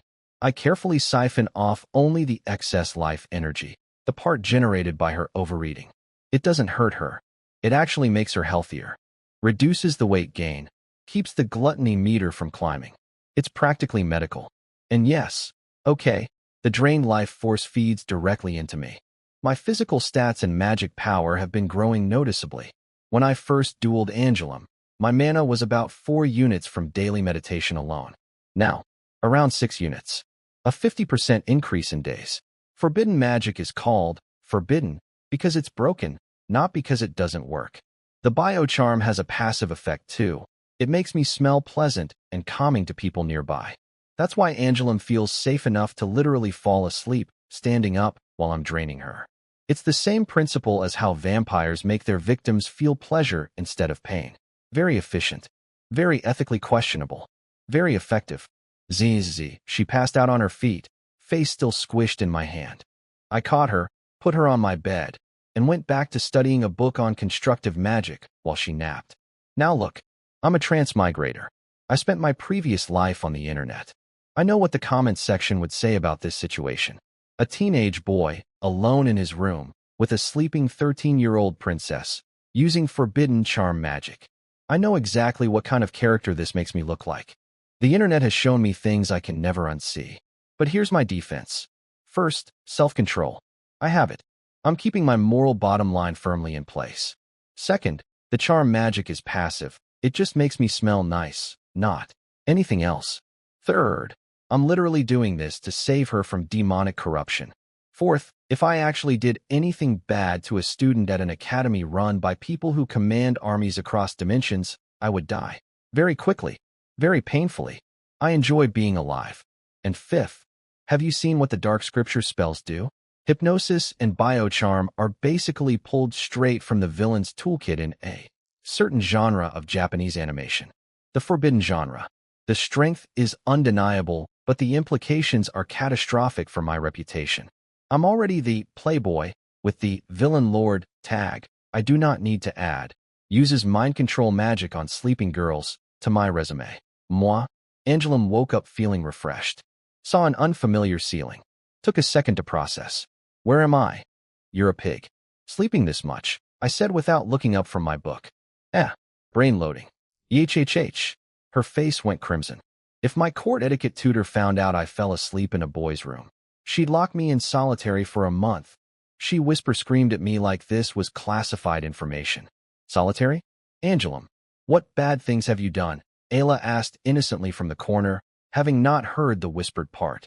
Before the princess could recover, I delivered the killing blow. She weighed herself today. She's gained 10 pounds since boarding the airship. Meltdown. Complete nuclear meltdown. The embarrassment about sleeping in my room was instantly replaced by bodyweight rage. Lesson learned. There is no topic more explosive for a girl than the number on the scale. Then why are you eating afternoon cake right now? I pointed at the pastry in front of her. She sputtered, stammered, then hit me with, what does it matter? You'll help me lose weight anyway, right? Yes. Because I'm literally siphoning your excess calories with vampire magic.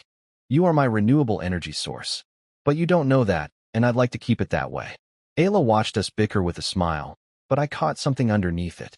Something in her eyes. Envy. Sinned Ayla, corruption paths. Envy, wrath, lust, come on. Not you too. What is she even jealous of? I looked at Angelum, who was currently stealing cookies off my plate with both hands while crumbs fell down her uniform. This is what inspires envy. Ayla, want one? I offered her a matcha cookie. She stood up quietly, leaned forward, and bit the cookie directly from my fingertips. Then she sat back down, nibbling it with her head lowered so I couldn't see her face. I wiped my hand, stared into the middle distance, and asked myself a very important question. Is farming positive tags from these two girls really worth it? Because I came here trying to collect good person labels, and instead I seem to be speedrunning a dating sim while my evil Bible tracks everyone's sin meters like a demonic Fitbit. One girl falls asleep in my room and gains weight. The other one eats cookies from my hand, and her jealousy stat goes up. My dark scripture is practically taking notes. I'm supposed to be the villain here, but I'm starting to think the real villain is this stupid book. Tournament day. After almost a month on this flying city, here's what a bunch of medieval teenagers learned about being warlords. It's fun. We're all addicted. Everyone gathered in the simulation hall. I could see the room split into two camps. The confident few who'd cleared map 1 and had actual armies, and the nervous majority who were still running around with their freebie recruitment squad. 9 people total had beaten Chainorton Plains. Subtract the 5 of US who got the genius bonus, me, Angelum, Ayla, and the noble/carpenter duo, and only 4 others managed to grind out that first map reward on their own. The Academy's philosophy was becoming painfully clear. Get ahead early, stay ahead. Those of us with extra recruitment resources had more soldiers, which meant easier map clears, which meant more coins, which meant more soldiers. It's a snowball system, and the snowball was already rolling. Beckley clapped his hands, and 19 glowing dots floated down to each of us. Mine said, 19. I'm 7. Angelum waved her number. I am 13. Ayla showed hers quietly. Number 1 fights 18. Number 2 fights 17. Beckley explained the bracket. So Angelum fights 12. Ayla fights 6. And me? Number 19 gets a bye. Free pass to round 2. Lucky? Nope. I checked. All 9 people who cleared map 1 were spread across the bracket perfectly. No early matchups between strong players. Beckley rigged the draw. Classic teacher move. Let the strong kids demolish the weak ones first to establish a clear hierarchy. And demolish they did. I pulled up Angelum's match on the public viewer. The second her castle landed, she slapped down 5 troop cards. 4 deployed with mana, 1 with the action point. A tsunami of vegetables poured across the map. Her opponent had 1 troop card. 1. The Onion Engineers didn't even bother building a war beast. They just charged in with the rest of the army and started bludgeoning people with wrenches. When your entire military force gets beaten to death by produce-wielding hand tools, it's time to rethink your life choices. Ayla's match? Let's just say, her opponent saw a horde of massive, scarred butchers sprinting at them with meat cleavers and experienced what I can only describe as rapid career reevaluation. Round of 19 finished in 5 minutes. New brackets. I drew number 10. My opponent, number 1. This poor guy had barely survived a mirror match between 2 single-troop card freshmen. A real nail-biter of mediocrity. And now his reward for winning was me. I nodded at him politely. Everyone watching interpreted this as the executioner's final courtesy. I'm writing tragic on your tombstone, someone whispered to him. Thank God I lost, said his previous opponent, practically dancing with relief. My match lasted maybe 90 seconds.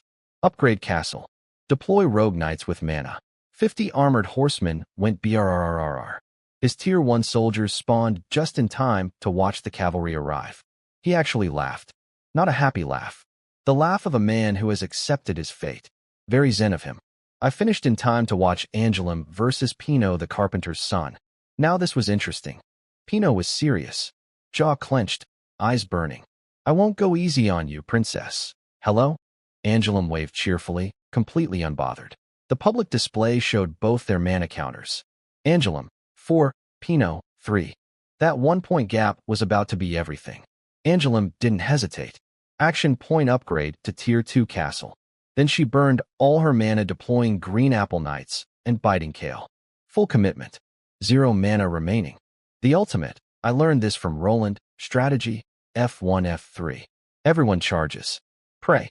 And here's the thing. It works at this level. As Beckley's notebook explained, before anyone learns war magic, duels are pure math. Whoever has better troops and more mana wins. War magic changes everything because defensive spells cost less mana than deploying troops. 2 points of mana on a mass terror or a mud transmutation spell can stop a 4 mana all-in push cold. Once that happens, the rusher is out of gas with nothing left. That's why F1, F3 has an expiration date. First year, first semester. After that, everyone learns counterspells and the rush meta dies. But right now, it's king. Pino upgraded his castle too, but with only 3 mana he could afford 1 Tier 2 card and 1 Tier 1. He deployed Forest Elf Archers, his ace, a Tier 2 ranged unit that gets bonuses in forests, and 200 puppet soldiers, these creepy wooden marionettes that attack silently. The problem? He needed a front line to hold off cavalry. Archers aren't front lines. Puppets have numbers, but they're made of wood. The Biting Kale rolled into the puppet formation like bowling balls through toothpicks. Chomp, chomp, chomp. Wooden splinters everywhere. Meanwhile, the Apple Knights on their cucumber horses charged straight into the Forest Elf Archers, who desperately drew daggers and short swords for melee combat. Archers in a knife fight against cavalry. Not ideal. Game over. Angelum locked it down before Pino could even establish a position. My little student learned well. The diet was unfortunate, but her tactical education? Flawless. F1, F3. The strategy, so dumb it's genius. And we're going to ride it all the way to the academy gates. Here's something important about Ayla that I'd learned from watching her spar with Angelum dozens of times. That shy little mouse is a psychopath on the battlefield. See, Angelum usually plays defensive against Ayla, not aggressive. Why? Because Ayla's butchers have a passive ability called Berserker. They trade all defense for pure murder power. The first time Angelum tried rushing Ayla with Apple Knights and Biting Kale, confident she'd steamroll 3 squads of Tier 1 butchers. The butchers, battered, bleeding, half dead, went into frenzy mode and julienned every single apple and cabbage into thin slices. Angelum cried. Actual tears. Her beautiful Tier 2 cavalry got turned into a fruit salad by a bunch of maniacs with cleavers. Sure, Berserker wears off and leaves the butchers weakened, but Angelum's army was always dead before that happened. The quiet girl who can't make eye contact commands an army of rabid meat processors. This world makes no sense. Ayla's tournament opponent learned this the hard way. The butchers came out of the gates swinging cleavers and axes like it was Black Friday at a slaughterhouse. The poor kid's soldiers got chopped to pieces. His castle crumbled. Everyone watching jumped. The quiet girl who follows Roland around. Is terrifying? Yes. Yes, she is. Welcome to my life. Top 5 decided. Points system now. Everyone fights everyone. 2 points per win. Highest total takes first. I looked at Angelum and Ayla. Who wants to go first? I forfeit, they said in perfect unison. 0 hesitation. Not even a microsecond of consideration. They're not masochists. They fought me in practice. They know what happens. Why waste energy getting demolished when they could save it for winnable matches? This left the other 2 finalists staring at each other nervously. One of them stepped forward. Hermann, the border noble who'd actually seen real combat before becoming a warlord. Roland, I challenge you. The crowd went wild. Go Hermann. Show him what nobles are made of. He flashed a confident grin. I'll win this. He actually had a plan. His trump card was a squad of Tier 2 Legion sniper crossbowmen. 50 soldiers armed with heavy siege crossbows that fire steel bolts powerful enough to kill Tier 2 armored cavalry in one hit. Plant them on a hilltop, lure my knights into the kill zone with lightweight decoy cavalry, and shred them. Solid strategy. One problem. He assumed I only had cavalry. The duel started. I saw his mana counter. 3. Mine. 6. His face when he noticed the difference was priceless. But he rallied. Not panicking. He can't have 3 Tier 2 cards. He was right, technically. I deployed 2 squads of rogue knights, 100 armored horsemen, and stopped. His scouts found his hilltop. His snipers got into position. His decoy light cavalry started probing my lines. Everything was going according to his plan. My knights rode into view of the hilltop. The sniper crossbows opened fire. Thwack, thwack, thwack. A dozen knights dissolved into light. The crossbowmen cranked their winches for reload. Fast, professional, deadly. But what arrived before the second volley wasn't more cavalry. It was fire. Tier 2 war magic, meteor fire rain. Fist-sized fireballs rained down on the hilltop like an artillery barrage. Boom, boom, boom. His precious sniper crossbowman, his entire strategy, got carpet-bombed into oblivion. Hermann's eyes went wide as dinner plates. His light cavalry couldn't even slow down my knights without the crossbow support. The rogue knights swept through them like wine through leaves. His castle fell. He was still standing there with his mouth open. Why can Roland throw fireballs? Every freshman in the audience had the same question. Nobody else could do this. We were all supposed to be sword-and-soldier cavemen at this stage. War magic, Beckley said casually. You'll learn it after enrollment. But his eyes lingered on me with surprise. He hadn't expected me to actually learn combat spells from his old notebook before we even reached the academy. That notebook was supposed to be light reading, not a complete curriculum speedrun. Angelum and Ayla exchanged a knowing look. This is why they forfeited instantly. While everyone else was playing chess, I was playing chess with a flamethrower. You can't outmaneuver fireballs. The last finalist watched Hermann stumble back looking shell-shocked, gulped, and said, I also forfeit. So technically I only fought one match the entire tournament. But I won all 4 rounds, 3 forfeits, and 1 actual duel, for a perfect 8 points in first place. Nobody complained. Nobody said it was unfair. You don't call a result unfair when the winner can literally rain fire from the sky. New tag. Overwhelming presence description. Your strength makes opponents surrender before fighting. More tag farming. Beautiful. Now the real entertainment. Angelum versus Ayla for second place. Without me in the bracket, this was actually a high-quality match. Angelum had the mana advantage for versus Ayla's 3 and deployed Apple Knights plus Biting Kale. Standard rush. Ayla sent her Berserker Butchers charging in. The Butchers went into frenzy mode, cleavers whirling, eyes red with bloodlust. And then the Onion Engineers built a Tier 3 War Beast, Dwarven Fire Ballista Cart, a fire-breathing siege engine. Against berserking melee units, the Butchers charged screaming into a wall of flames and started sizzling, cooking, crackling like bacon on a grill. Angelum won. But the sight of humanoid creatures being roasted alive killed her appetite completely. I'm not eating meat today, she said, looking green.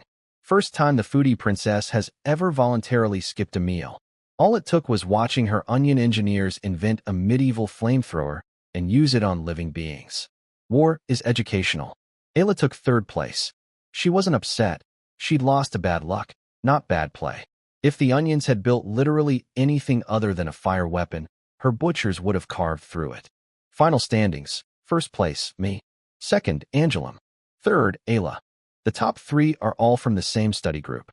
The villain, the foodie princess, and the shy girl with the murder army.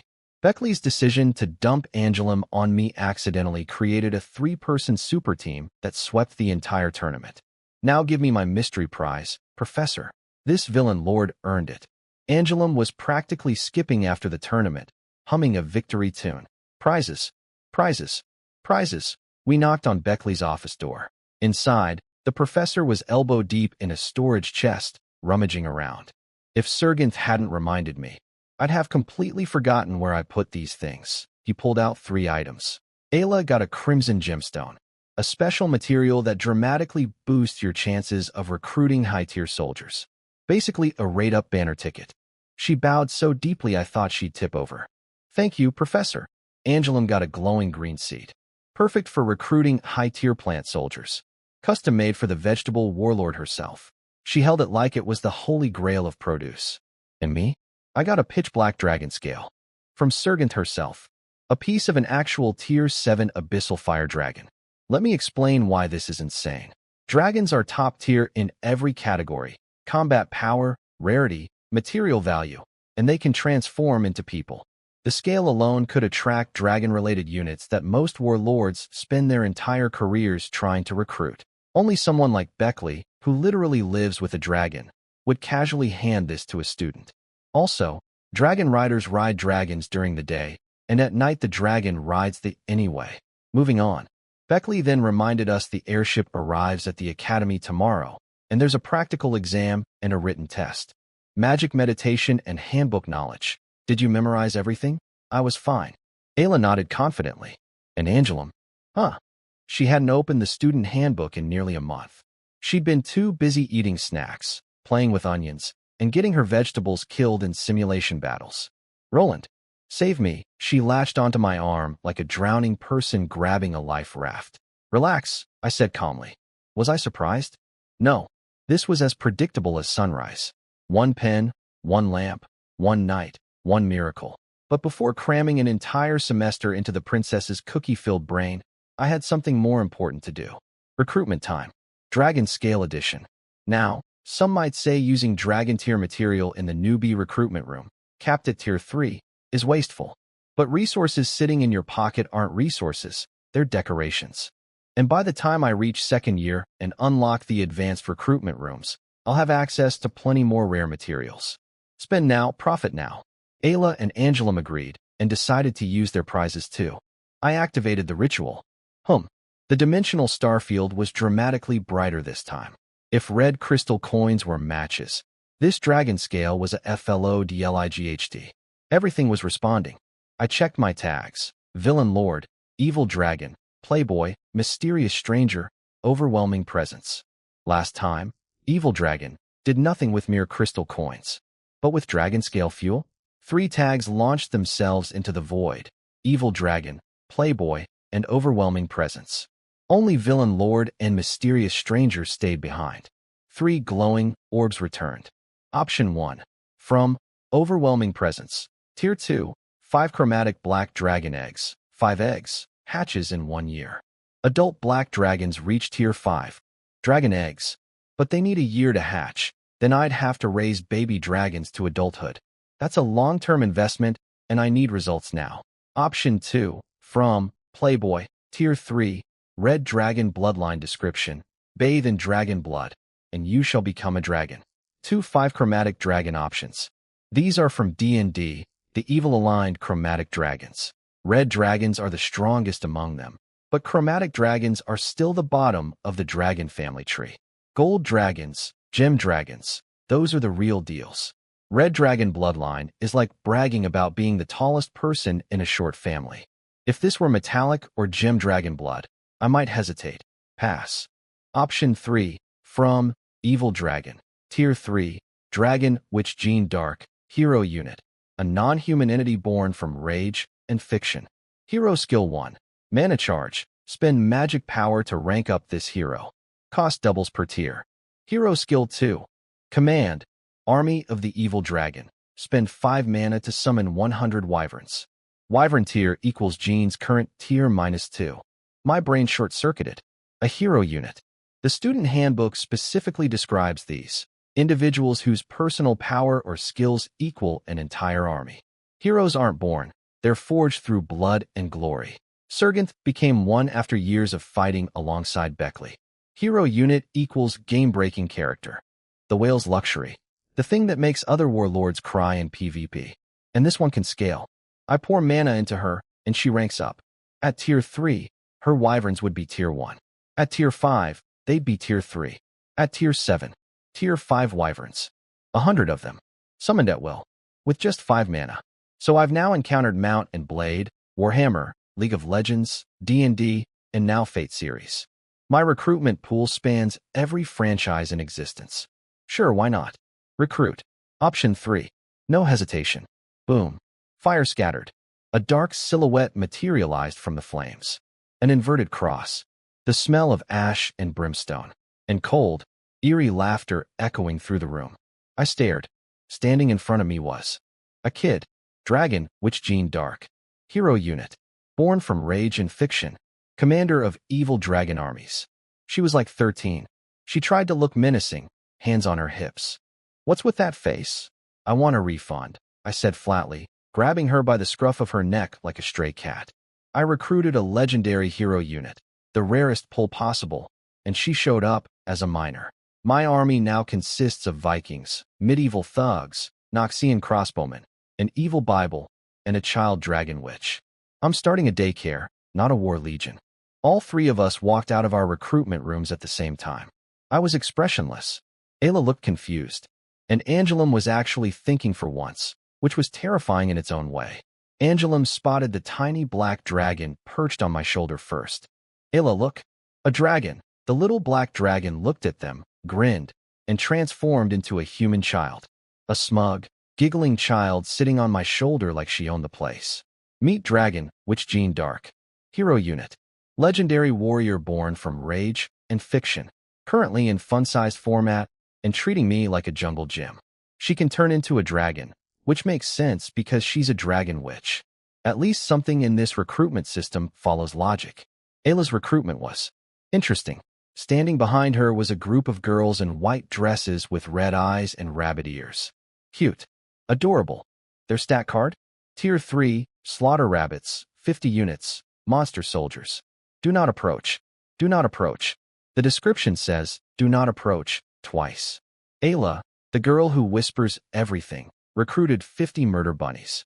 Her army is now butchers and killer rabbits. What is wrong with this girl's summoning affinity? Angelum showed us her card proudly. Tier 3, Corn Cannon, deployment requirements not met. War Beast.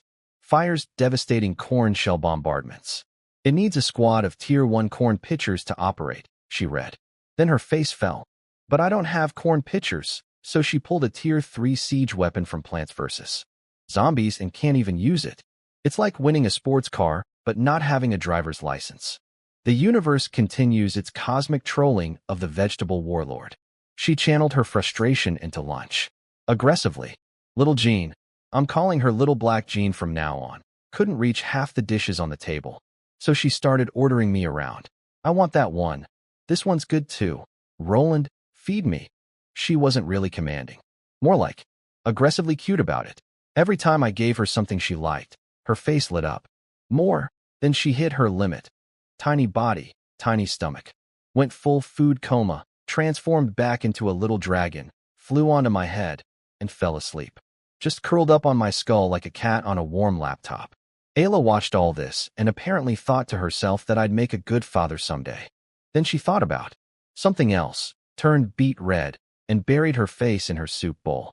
I chose not to investigate what that was about. Some mysteries are better left unsolved. Afternoon. My room. Study session. 3 chapters. Memorize everything I've underlined, I told Angelum, dropping the student handbook in front of her. She looked at the page count, and her soul visibly left her body. Ayla was there too. When Angelum mentioned we'd be studying all night in my room, Ayla had stammered, all night, with her ears turning crimson, then immediately said yes. I handed Ayla a slip of paper with some Chinese characters on it. Ancient Eastern meditation wisdom. Study this for your magic training. She held it like a sacred artifact. From the mysterious East. It must be so valuable. What it actually said was a joke at her expense. But since she couldn't read Chinese characters, she just stared at them with intense concentration, trying to comprehend the Eastern wisdom through meditation. Hey, if it gets her to actually sit still and practice mindfulness, does it matter what the paper says? Results are results. Once both girls were occupied, Angelum grinding through flashcards, Ayla meditating on nonsense. I pulled out Jean's troop card to review her abilities. Little Black Jean protested loudly about being stored in a card. She wanted to sleep in my bed. Protest denied. This child has the energy of a caffeinated squirrel, and I need sleep tonight. Her hero skill breakdown. To upgrade her from Tier 3 to Tier 4 costs 10 mana. Tier 4 to 5, double, 20 mana. Tier 5 to 6, another double, 40 mana. Getting her to Tier 6 from scratch, 70 total mana points. According to Beckley's notebook, the first-year final exam benchmark is 50 mana. That's a lot of mana, but I have a secret weapon. I have Angelum, my walking battery pack, my renewable mana source. Every day she overeats, I drain the excess, my mana grows. She's basically a human charging station that runs on cake. Jean's second skill is the real prize. At Tier 6, Her wyvern summon would produce tier 4 flying units, 100 of them for just 5 mana. That's basically 2 tier 4 troop cards worth of flying cavalry on demand. Dragon Beast racial stats too, which are naturally higher than humanoids. Hero units are called game-breaking for a reason. She's worth every crystal coin. The room went quiet. I read War History. Angelum crammed. And Ayla? She was sitting in perfect meditation posture, eyes closed, breathing steady, expression serene. She was asleep. I draped a blanket over her and went back to reading. Sometime before dawn, a bump in the airship's flight woke Ayla up. She noticed the blanket. Noticed it smelled like me. Specifically, the calming scent from my passive charm effect. She made a weird happy noise. Then crash. Books hit the floor. In the lamplight, a haggard, soulless little round face rose from the desk like a zombie. GYH, Ayla shrieked. HHH, Zombie Angelum shrieked back. Who's making noise? People are sleeping. Little Black Jean somehow broke out of her troop card, used a dragon roar at full volume, and blasted everyone's eardrums. My ears were ringing. I sat up, looked at the chaos. Ayla clutching her chest, Angelum looking like death, and a tiny dragon burrowing under my blankets pretending she hadn't just shattered the sound barrier. I checked the time. 2 hours until sunrise. Angelum, did you stay up all night? Ayla asked, genuinely impressed. Of course. The princess crammed a bread roll into her mouth and grinned through the carbs. I memorized everything Roland highlighted. I have to admit, when this kid commits to something, she goes all in. She might be a chaotic gremlin, but she's a chaotic gremlin with willpower when properly motivated. The threat of a diet is apparently stronger than any academic incentive. I walked to the observation deck window and looked out. And there it was. St. Hallie's Academy for Warlords. It wasn't a campus. It wasn't a castle. It was a world. Countless dimensional fragments. Pieces of different planes of existence. Pieced together into one impossibly beautiful mosaic floating in the void. Each fragment had its own terrain, its own sky, its own colors, all connected like puzzle pieces forming a masterpiece that shouldn't exist but did. A perfect work of art assembled from the shards of infinite realities. 1 month on a flying city. 1 evil Bible. 1 dragon child. 2 problematic girls. 200 rogue knights. 70 Noxian crossbowmen. 50 Vikings. And enough tags to fill a resume. We made it. School starts now. And I'm walking in as first-place tournament champion, wielder of forbidden magic, and owner of a hero unit. My villain lord tag is darker than ever. But honestly, I think I'm starting to enjoy this. St. Hallie's Academy is an inverted pyramid. The bottom layer, smallest, safest, most boring, is where first years live. As you advance through grades, higher layers unlock with more space and presumably more ways to die. We newbies get the kiddie pool. Fair enough. It's so pretty. Angelum and Ayla were gawking at the architecture like tourists. I was too, honestly, but my villain lord aura requires me to look unimpressed at all times. The airship docked at what I can only describe as an interdimensional port. Ships of every conceivable design, sailing vessels, crystal barges, things I don't have words for, all parked in neat rows. Apparently, the Academy doubles as a cross-dimensional trading hub. Our airship sailed right past security without stopping. Perks of being the principal's personal Tier 8 war beast, I guess. TSA can't stop you when you are the airport. Beckley had cleaned up for the occasion. Gone was the usual sweater and robe combo. He was wearing a formal professor's uniform with his hair actually styled. Sergeant had groomed him like a show dog. He looked almost respectable. Almost. We filed off the ship. Beckley took 1 step onto Academy ground and muttered, "Escorting freshmen is exhausting. Not physically, just mentally. Understandable. He spent a month babysitting teenagers, one of whom is me. Well, look who's back." A flashy-looking professor with aggressively stylish hair strutted over. Everything about him screamed, "I think I'm cool, and I will make sure you know it. My beautiful day just ended because I saw your face, Eugene," Beckley deadpanned. But he reached out, and they did the shoulder clap bro hug thing. Old friends pretending to hate each other. Classic. "How's your batch of freshmen?" Eugene asked. "Best I've ever had." Beckley said it with zero hesitation. That actually meant something coming from a man who regularly rides a dragon into battle. Eugene raised an eyebrow, but let it go. Then he started gushing about the sorting feast, which is apparently a huge welcome event. Here's how it works. When new students arrive, the Academy throws a massive celebration. Important organizations from across the Ordered Planes send representatives to observe. Because warlords have the unique ability to help soldiers break through their racial limits, partnering with a talented warlord is a big deal for everyone involved. So over time, the welcome ceremony evolved into something like a talent showcase, recruitment fair. Beckley can't attend, though. There's a rule about that, and the reason is wild. Apparently, some unnamed warlord in Academy history already had a committed partner, but secretly used the sorting feast to romance over a dozen powerful Order-side fighters to strengthen his army. When his partners found out about each other, they divided him up. Literally, pieces went to different people. His original partner took his head and vanished. Never found. After that incident, the Academy banned anyone who already has a committed partner from attending the feast. Beckley has Sergenth, so he's out. That doesn't bother me, Beckley declared. I have my dragon. I have Sergenth. I'm the happiest man alive. He and Sergenth started getting mushy right there in public, and Eugene's face twitched like he'd bitten a lemon. The feast doesn't apply to first years either. We're too raw. Nobody wants to invest in unpolished rocks. Second years who've proven themselves get the real attention. We could only watch from the sidelines. Beckley led us into a Gothic-style great hall so enormous I couldn't see the far end. The observation galleries were already packed with Order-side delegations. Humans, elves, dwarves, beastfolk, a complete fantasy species buffet. I even spotted succubi with heart-shaped tails sitting in the stands. The war history book did say some succubi are on the Order side. Educational and present. Then the bells rang. The ceremony began. Countless stars descended from the night sky overhead. They swirled, danced, and spun together with soaring music that made the hair on my arms stand up. Then, boom, the stars exploded into fireworks that turned night into day.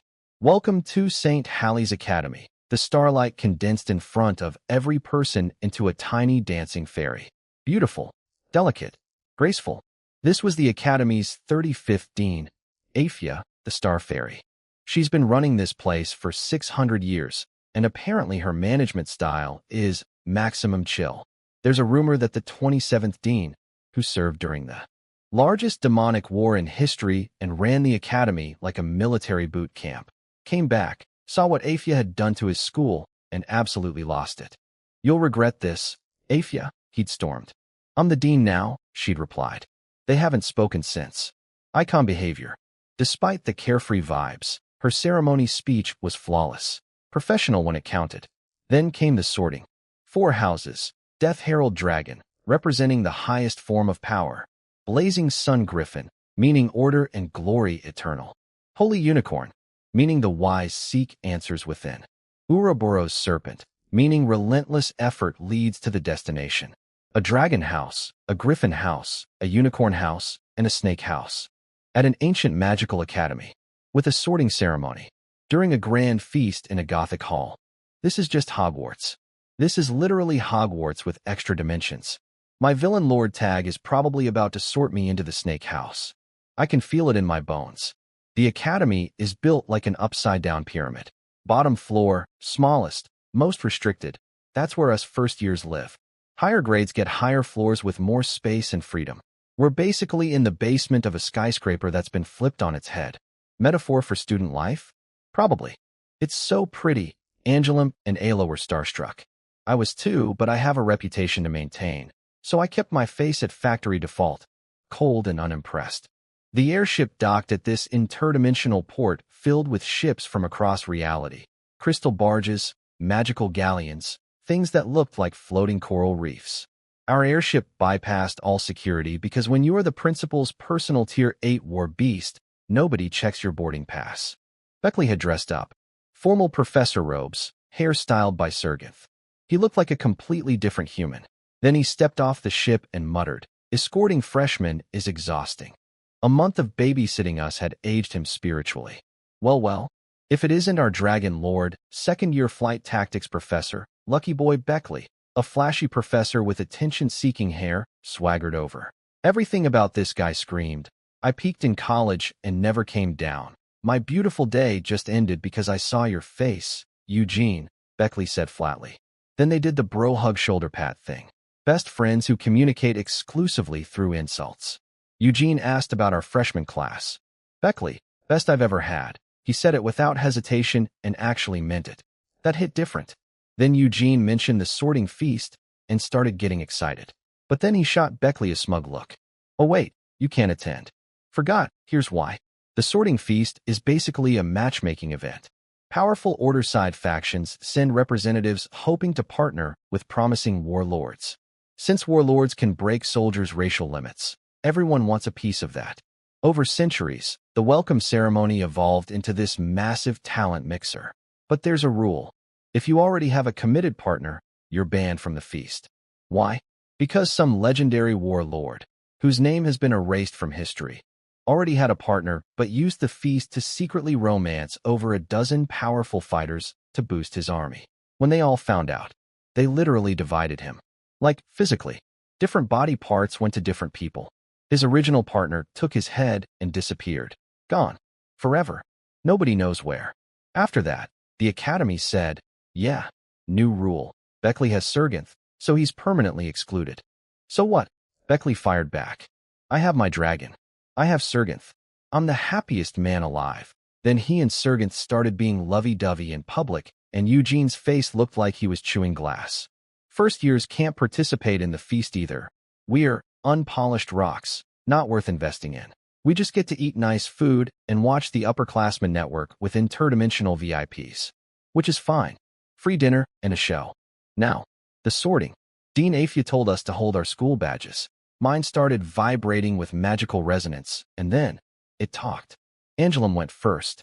The badge, which was apparently the dean herself speaking through it, said she fit Blazing Sun Griffin or Ouroboros Serpent, but would respect her choice. Can I be in the same house as Roland? The badge laughed mysteriously and declared, Angelum, Death Herald Dragon. Then my turn. Roland Bar, right? Let me see which house suits you. Dean Afia? I asked. That's me. So, which house do you want? We can choose. Of course. I always prioritize student wishes. Although in your case, I'd recommend Adurka? That wasn't in the handbook. You know, the Adurka dimensional prison for supervillains. Excuse me? Kidding Roland Bar, Death Herald Dragon. Hilarious. The 600-year-old fairy dean just told me I belong in prison. My villain lord tag has apparently reached the principal's radar. Fantastic start. My badge now had a black dragon coiled around a world tree underneath the Academy's sword and shield emblem. Cool design, I'll admit. Quick breakdown of the 4 houses and their personalities. Dragon House thinks they're the strongest, and everyone else should follow their lead. Griffin House thinks Dragon House is arrogant and that they represent true honor. Unicorn House looks at both of them fighting and goes, these idiots, while insisting that only intellectuals truly represent the Academy. And Serpent House looks at all 3 and says, can you people please just do something productive? It's Hogwarts, but everyone hates each other for slightly different philosophical reasons. I love it. The dean then explained the credit system. Credits are the Academy's universal currency. Food, supplies, recruitment materials, facility access. Everything runs on credits. 2 types. Public credits, shared by your house, based on average exam scores, distributed monthly to every member, and personal credits, individual performance. If Dragon House averages 500 on the entrance exam, every Dragon House student gets 500 public credits per month. Best house at years and wins a bonus prize. Our entrance exam scores would determine our first batch of personal credits. Translation: be smart equals be rich. Be dumb equals be broke. Study hard or starve. The Academy runs on academic capitalism. Course schedule: 4 big classes per day across 5 weekdays. 8 a.m. to 5 p.m. with breaks. The format was so eerily similar to my previous life that my mouth twitched. Some things are universal across dimensions. School is school is school. During the feast, I spotted Eugene chatting up some Siren Sea witches.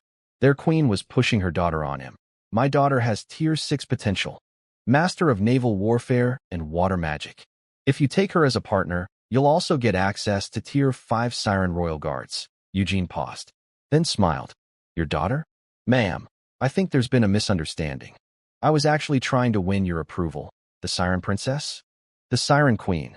This man just rejected the princess and hit on the MOM. Eugene has the most chaotic energy I've ever witnessed in a professor. Beckley's rival is unhinged. Angelum bounced over during dinner. What house did you get? Dragon house. I showed her my badge. Same. Why? Ayla appeared right behind her. And me too. Dragon house. Her face was pink with happiness.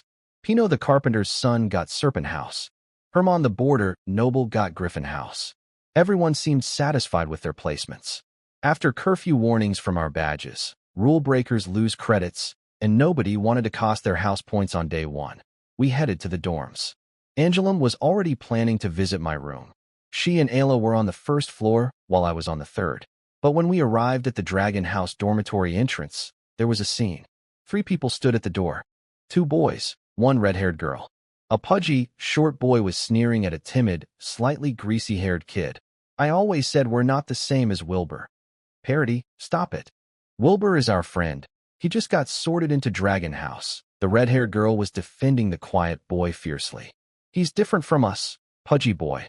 Parody was practically shouting. Dragon House is full of jerks and power-hungry maniacs. We're in Griffin House. That proves we're better. He looked like a pompous little piglet standing on its hind legs. The red-haired girl shot back. Then I'm different from you two. You two are Warlord descendants. I'm what you call a mudblood. So don't talk to me about being the same. She grabbed the bullied boy and started leading him into the Dragon House dorm.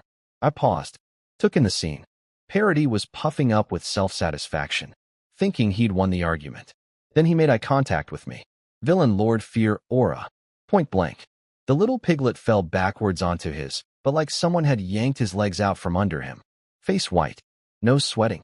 Classic symptoms of, encountered the final boss in the hallway. I checked their tags. Parody. Rat scum, yeah? The system agrees with my assessment. The red-haired girl. Little son. The timid boy she was protecting. Potion master. Wait. A brave, fiery red-haired girl defending a timid, overlooked boy with hidden potential from a pudgy bully. At the entrance to their school dormitory. On their first night at a magical academy with 4 houses. Am I watching what I think I'm watching? I think I just stumbled into someone else's protagonist storyline. And the villain lord just scared their bully so hard he fell over. My tag system is literally labeling the main characters for me. Little Sunday, Potion Master, Rat Scum. This is a plot, and I can see the character sheets. The question is, am I in their story, or are they in mine? Wow, you really scared Parody. How'd you do that? The red-haired girl bounced right up to me like we were old friends. 0 fear. 0 hesitation. Her, little son, tag was working overtime. Anna Ida? Call me Anna. She didn't even wait for me to respond before introducing the nervous boy next to her. This is Wilbur. He's Dragon House, same as you. I nodded politely and asked, as casually as humanly possible, what the argument had been about. Please let the tag coincidence be just a coincidence. It wasn't. Anna sighed and gave me the backstory. She, Wilbur, Parody, and 2 other guys, William and Blaine, all came from the same dimensional plane. Unlike the rest of us, their world has been producing warlords for almost 1,000 years. Many attended St. Halley's. When they went home as legends, 28 families declared themselves pure blood dynasties. Pure blood. 28 families. Anyone without warlord ancestry.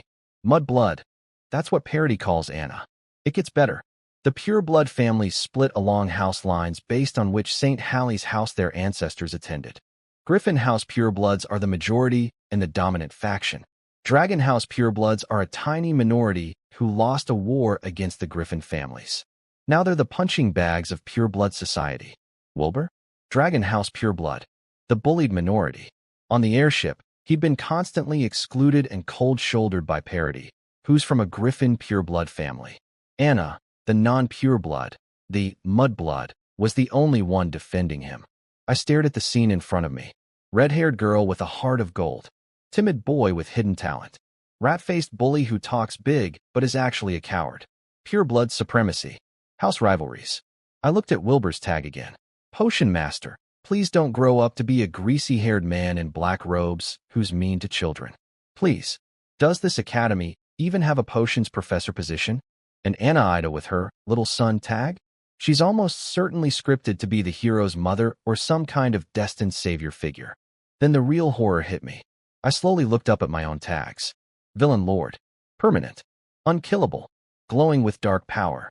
Plus, I literally own a dark scripture that teaches forbidden mind control magic and requires me to spread fear to unlock more chapters. I'm the Dark Lord. I'm the Voldemort of this story. The protagonist trio is right there. Brave girl, underdog boy, rat trader, and I just terrorized the rats so hard Well, I'll get to that. I had a brief existential crisis. Sorry, I got carried away complaining about parody. Anna apologized with a bow. Then she hesitated. I don't know your name. Roland. Roland Barr. Roland, I'm really sorry. I think I've accidentally dragged you into trouble. How so? Parody. She practically spat the name. He's going to run to William and Blaine and twist everything. He'll say a Dragon House student attacked him with dark magic. And he'll make up stories about me being friendly with you. Would William and Blaine actually believe that? They're not bad people, Anna said carefully. They're just brave and loyal, but also impulsive, stubborn, and completely incapable of thinking before acting. High emotional intelligence translation. Hot-blooded heroes. Low emotional intelligence translation. They're idiots who punch first and ask questions never. So parody will definitely send them after me. Not probably. Definitely. She was right. Here's what happened on parody's end, which I pieced together later. The little rat ran back to William and Blaine looking like a disaster. Blaine, a lazy-eyed kid with curly black hair, noticed immediately. Hey parody, did you trip? William, a stocky, spiky-haired energetic type, noticed too, but his first words weren't about parody. Is Anna okay? She's not hurt, right? You care about that mud-blood more than me? Parody shrieked with theatrical outrage. Then his hand brushed his pants and his world collapsed. See, when my villain Lord Aura hit him at the dormitory entrance. He'd wet himself, in front of everyone, and hadn't noticed until now. All those people giving him weird looks on the walk back? Yeah, they saw. The shame and rage needed an outlet. And parody's coping mechanism is textbook narcissist. Instead of feeling bad, make someone else the villain. So he spun a tale. The Dragon House student, me, was an evil sorcerer who used dark magic to terrorize him. Anna was the accomplice. Oh, and she was very cozy with this handsome Dragon House villain. Laughing together. Getting along great. That last part was calculated genius. William has a crush on Anna. Telling him she was being friendly with another guy was the nuclear option. Anna wouldn't do that, William protested, but his face was already red. Jealousy is a powerful motivator for teenage boys. Blaine, being the smarter of the two, didn't fully buy it. Let's just ask Anna what happened. Parody wasn't worried. He'd already set the trap. You think a mudblood who's buddy-buddy with Dragon House freaks will tell the truth? Just watch. She'll say it's all my fault. And when Anna did find William and told him exactly what happened, truthfully, it played right into Parody's prediction. She said it was Parody's fault, just like the rat said she would. Except she didn't mention me. Didn't bring up the part where I scared Parody. Didn't explain why he wet his pants. Because from her perspective, she didn't think it was relevant. Which made William suspicious. Blaine casually mentioned, by the way, Parody wet his pants from fear. Anna's eyes went wide. Then she realized what Parody had done. He'd used his own humiliation as ammunition, weaponized getting scared into a sympathy story to turn William against a Dragon House student and drive a wedge between William and Anna. That little rat, Anna fumed. Parody with the rat scum tag, ladies and gentlemen. Manipulative, cowardly, and willing to use his own wet pants as a political tool. The sorting system nailed this one. Meanwhile, I'm sitting in my Dragon House dorm room, fully aware that I've been cast as the Dark Lord in someone else's coming-of-age adventure. The red-haired protector, the bullied boy with hidden genius, the traitorous rat, the hot-headed hero who'll come after me based on lies. And me, the villain lord with forbidden magic, a dark scripture, and a fear aura, just doing my best not to accidentally become the final boss of their story. I am not going to be Voldemort. I refuse. I have standards. My nose is intact, and it's going to stay that way. I woke up to a brand new tag. New tag, cunning villain description. Rumors about you are being deliberately spread. Someone is trying to convince everyone you're despicable. Guess who? The kid whose tag literally says, rat scum. Parody was out there running a full disinformation campaign against me on day one. I haven't even attended a single class yet, and I already have a smear machine working overtime. Whatever. Despite Parody's one-rat propaganda department, I slept like a baby. Best sleep I've had since boarding the airship. Except, nom nom, I looked down at the edge of my bed. Little Black Jean had escaped from her troop cardigan and was curled up sleeping peacefully. And my pajama sleeve? Covered in tiny teeth marks and dragon drool. She'd been using my arm as a chew toy all night. I stuffed her back into the troop card, changed clothes, and got ready. Today was exam day, theory test and practical test, both in the morning. I sent messages to Angelim and Ayla through my school badge. This thing is basically a smartphone, ID card, and room key all in one. No wonder Beckley said it was important. Without it, you can't do anything at this school. Neither girl responded. Shocking. Waking up early is an impossible quest for teenagers. I sent them the exam location and headed to the cafeteria solo. The first-year section of the academy was gorgeous. Misty wooden walkways lined with exotic flowers and floating firefly lanterns. Very ethereal. Very elvish. Makes sense since Dean Afia personally handles all the landscaping.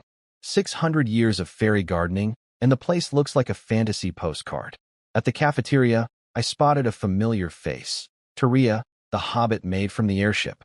Turns out the hobbits, properly called halflings or hobbits, run all the food services across the entire academy. Makes sense. Their species literally min-maxed their racial stats into cooking and crafting, dumping everything from combat. Morning, Tyrant. She looked up from wiping tables, saw me, and her cheerful humming face instantly crumbled into a pitiful expression. She's not scared because I've been mean to her. I haven't. It's a hobbit racial ability, danger sense. They can instinctively feel how dangerous someone is. And to Tyrant's built-in threat detector, I register as dragon-level hazard. My villain Lord aura trips her survival instincts just by existing near her. Fun fact, hobbits don't reach adulthood until age 33. Tyrant is 21, which in hobbit development makes her basically a kid. So I'm terrorizing a child with my passive aura, adding it to the list of things I can't control. The usual for breakfast, I said as gently as possible. Got it.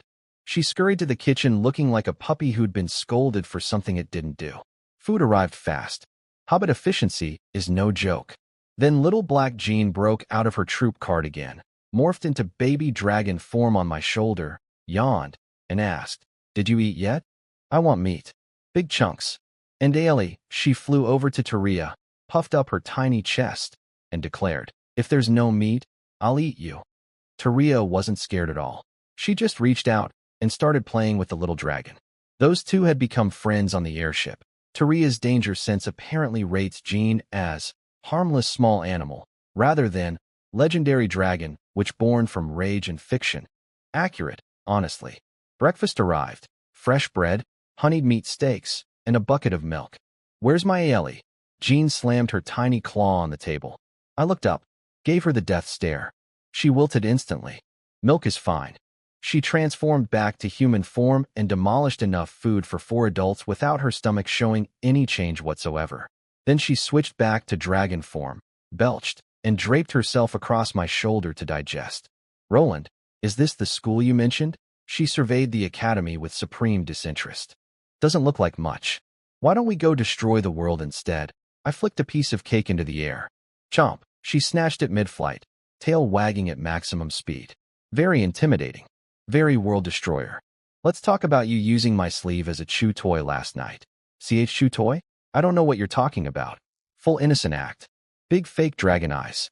"Do it again, and I'm taping your mouth shut before bed. That's kinky." She covered her face with her wings and squirmed.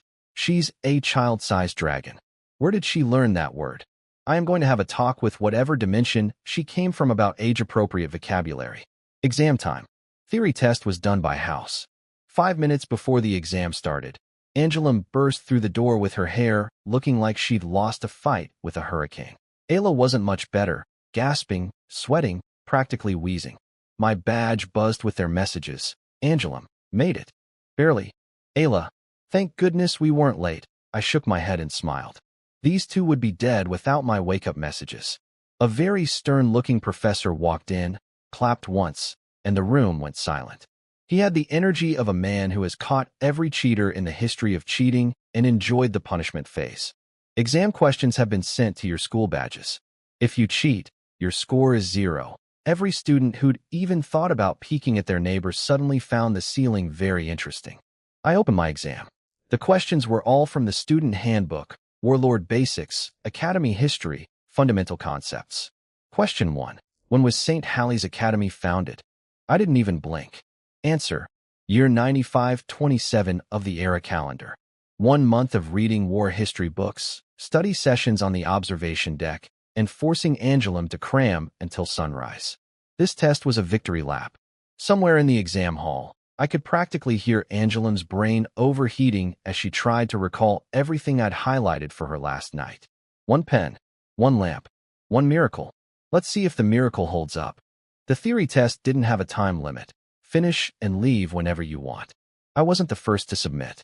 Unlike some show-off who'd sprint to the front waving their paper, I actually checked my answers. 100 questions, all from the student handbook. After a month of reading war histories, study sessions, and cramming sessions with Angelum, this test was a warm bath. Before leaving, I glanced at my 2 students. Angelum's expression was not panicked. Ayla looked calm. Neither was pulling their hair out. The all-night cram miracle might have actually worked. Next, practical exam. I followed the badge directions to the first-year combat testing grounds, a massive open field the size of 4 or 5 soccer stadiums. Standing at the entrance was the proctor, and I had to crane my neck straight up to see her face. She was enormous.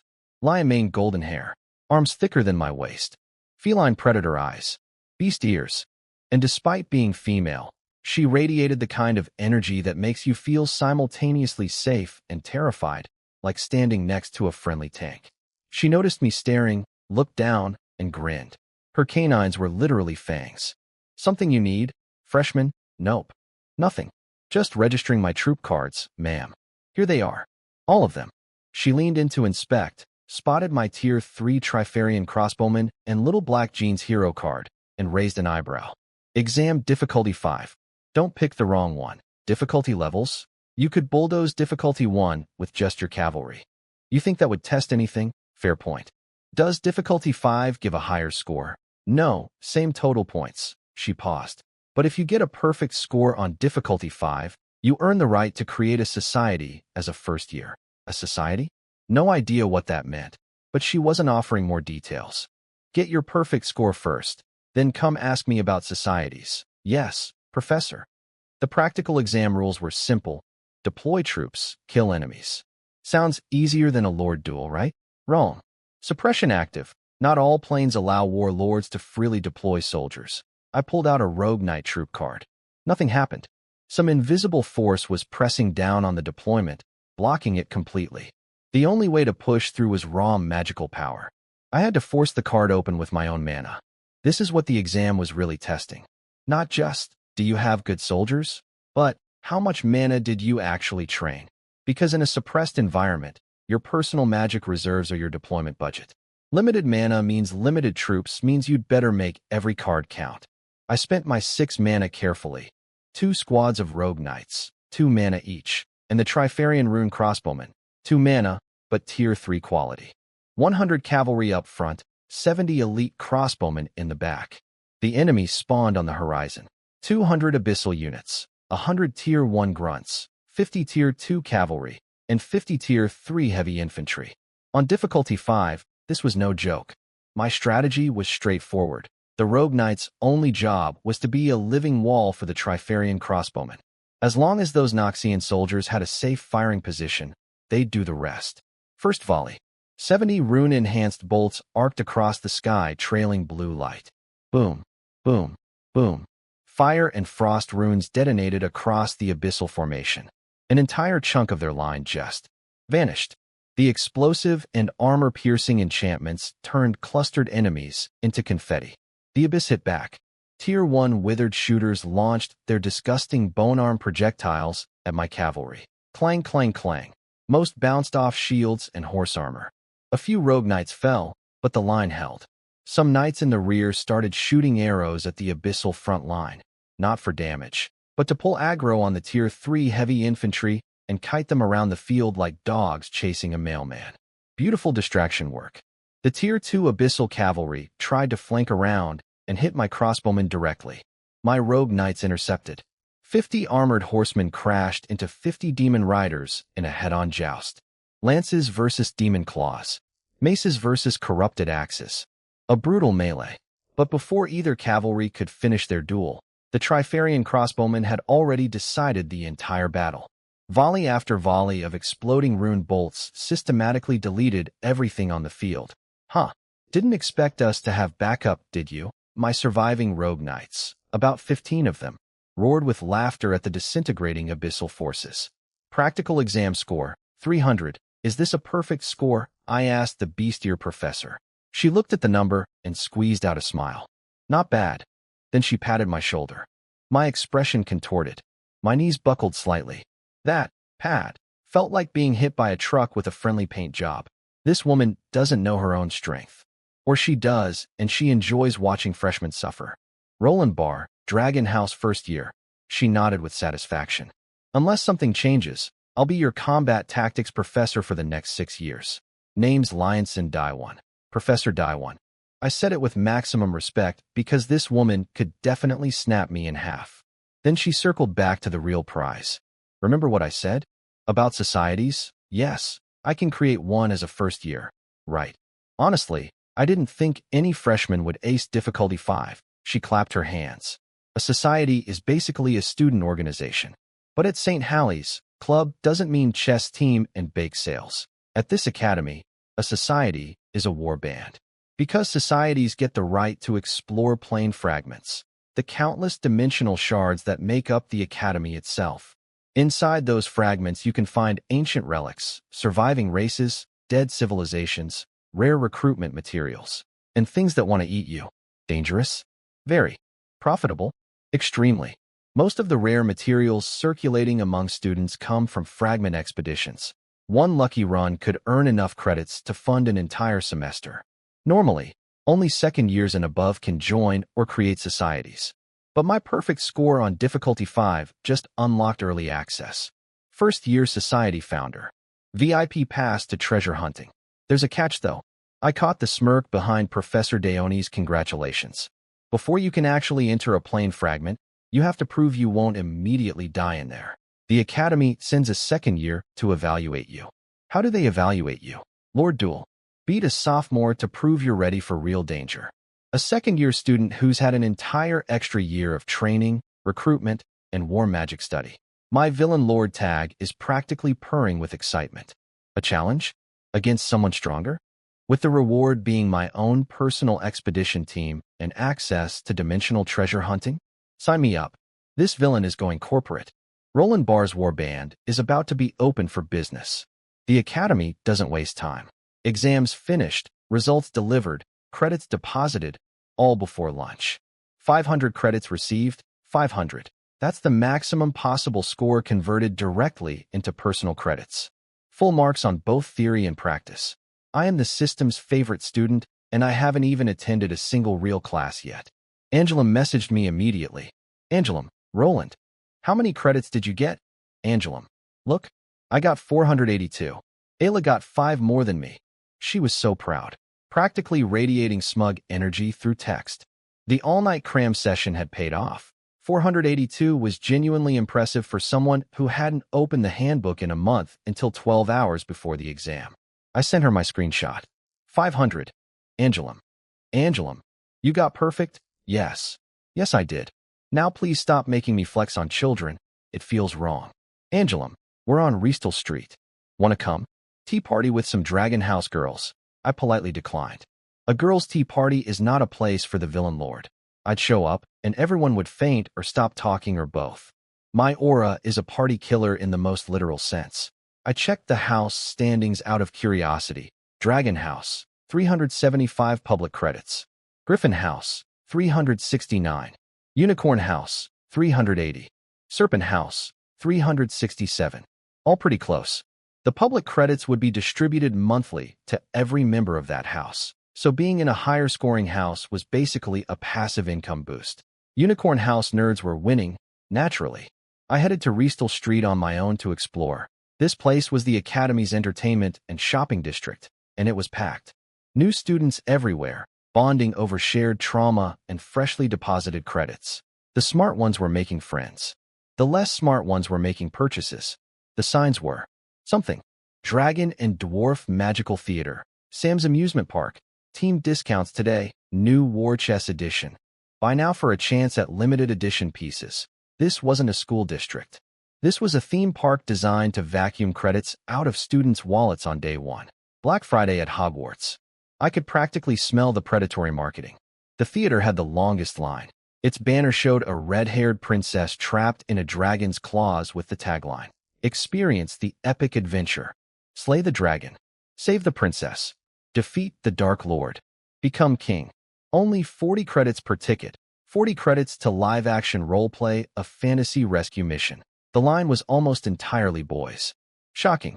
As I walked past, I heard a very familiar voice. "William, let's go again." Parody was bouncing with excitement. "We've already gone 3 times, Blaine said hesitantly. 3 isn't enough. The story changes every run. And we haven't gotten the best ending yet." Parody leaned in conspiratorially. "I heard the best reward is a kiss from the princess." The theater poster's red-haired princess suddenly felt very intentional. William's face turned the color of a tomato. "I don't care about any princess. I just want to try the night class for the story. That's all." William was lying to Blaine. He was lying to himself. He was lying to God.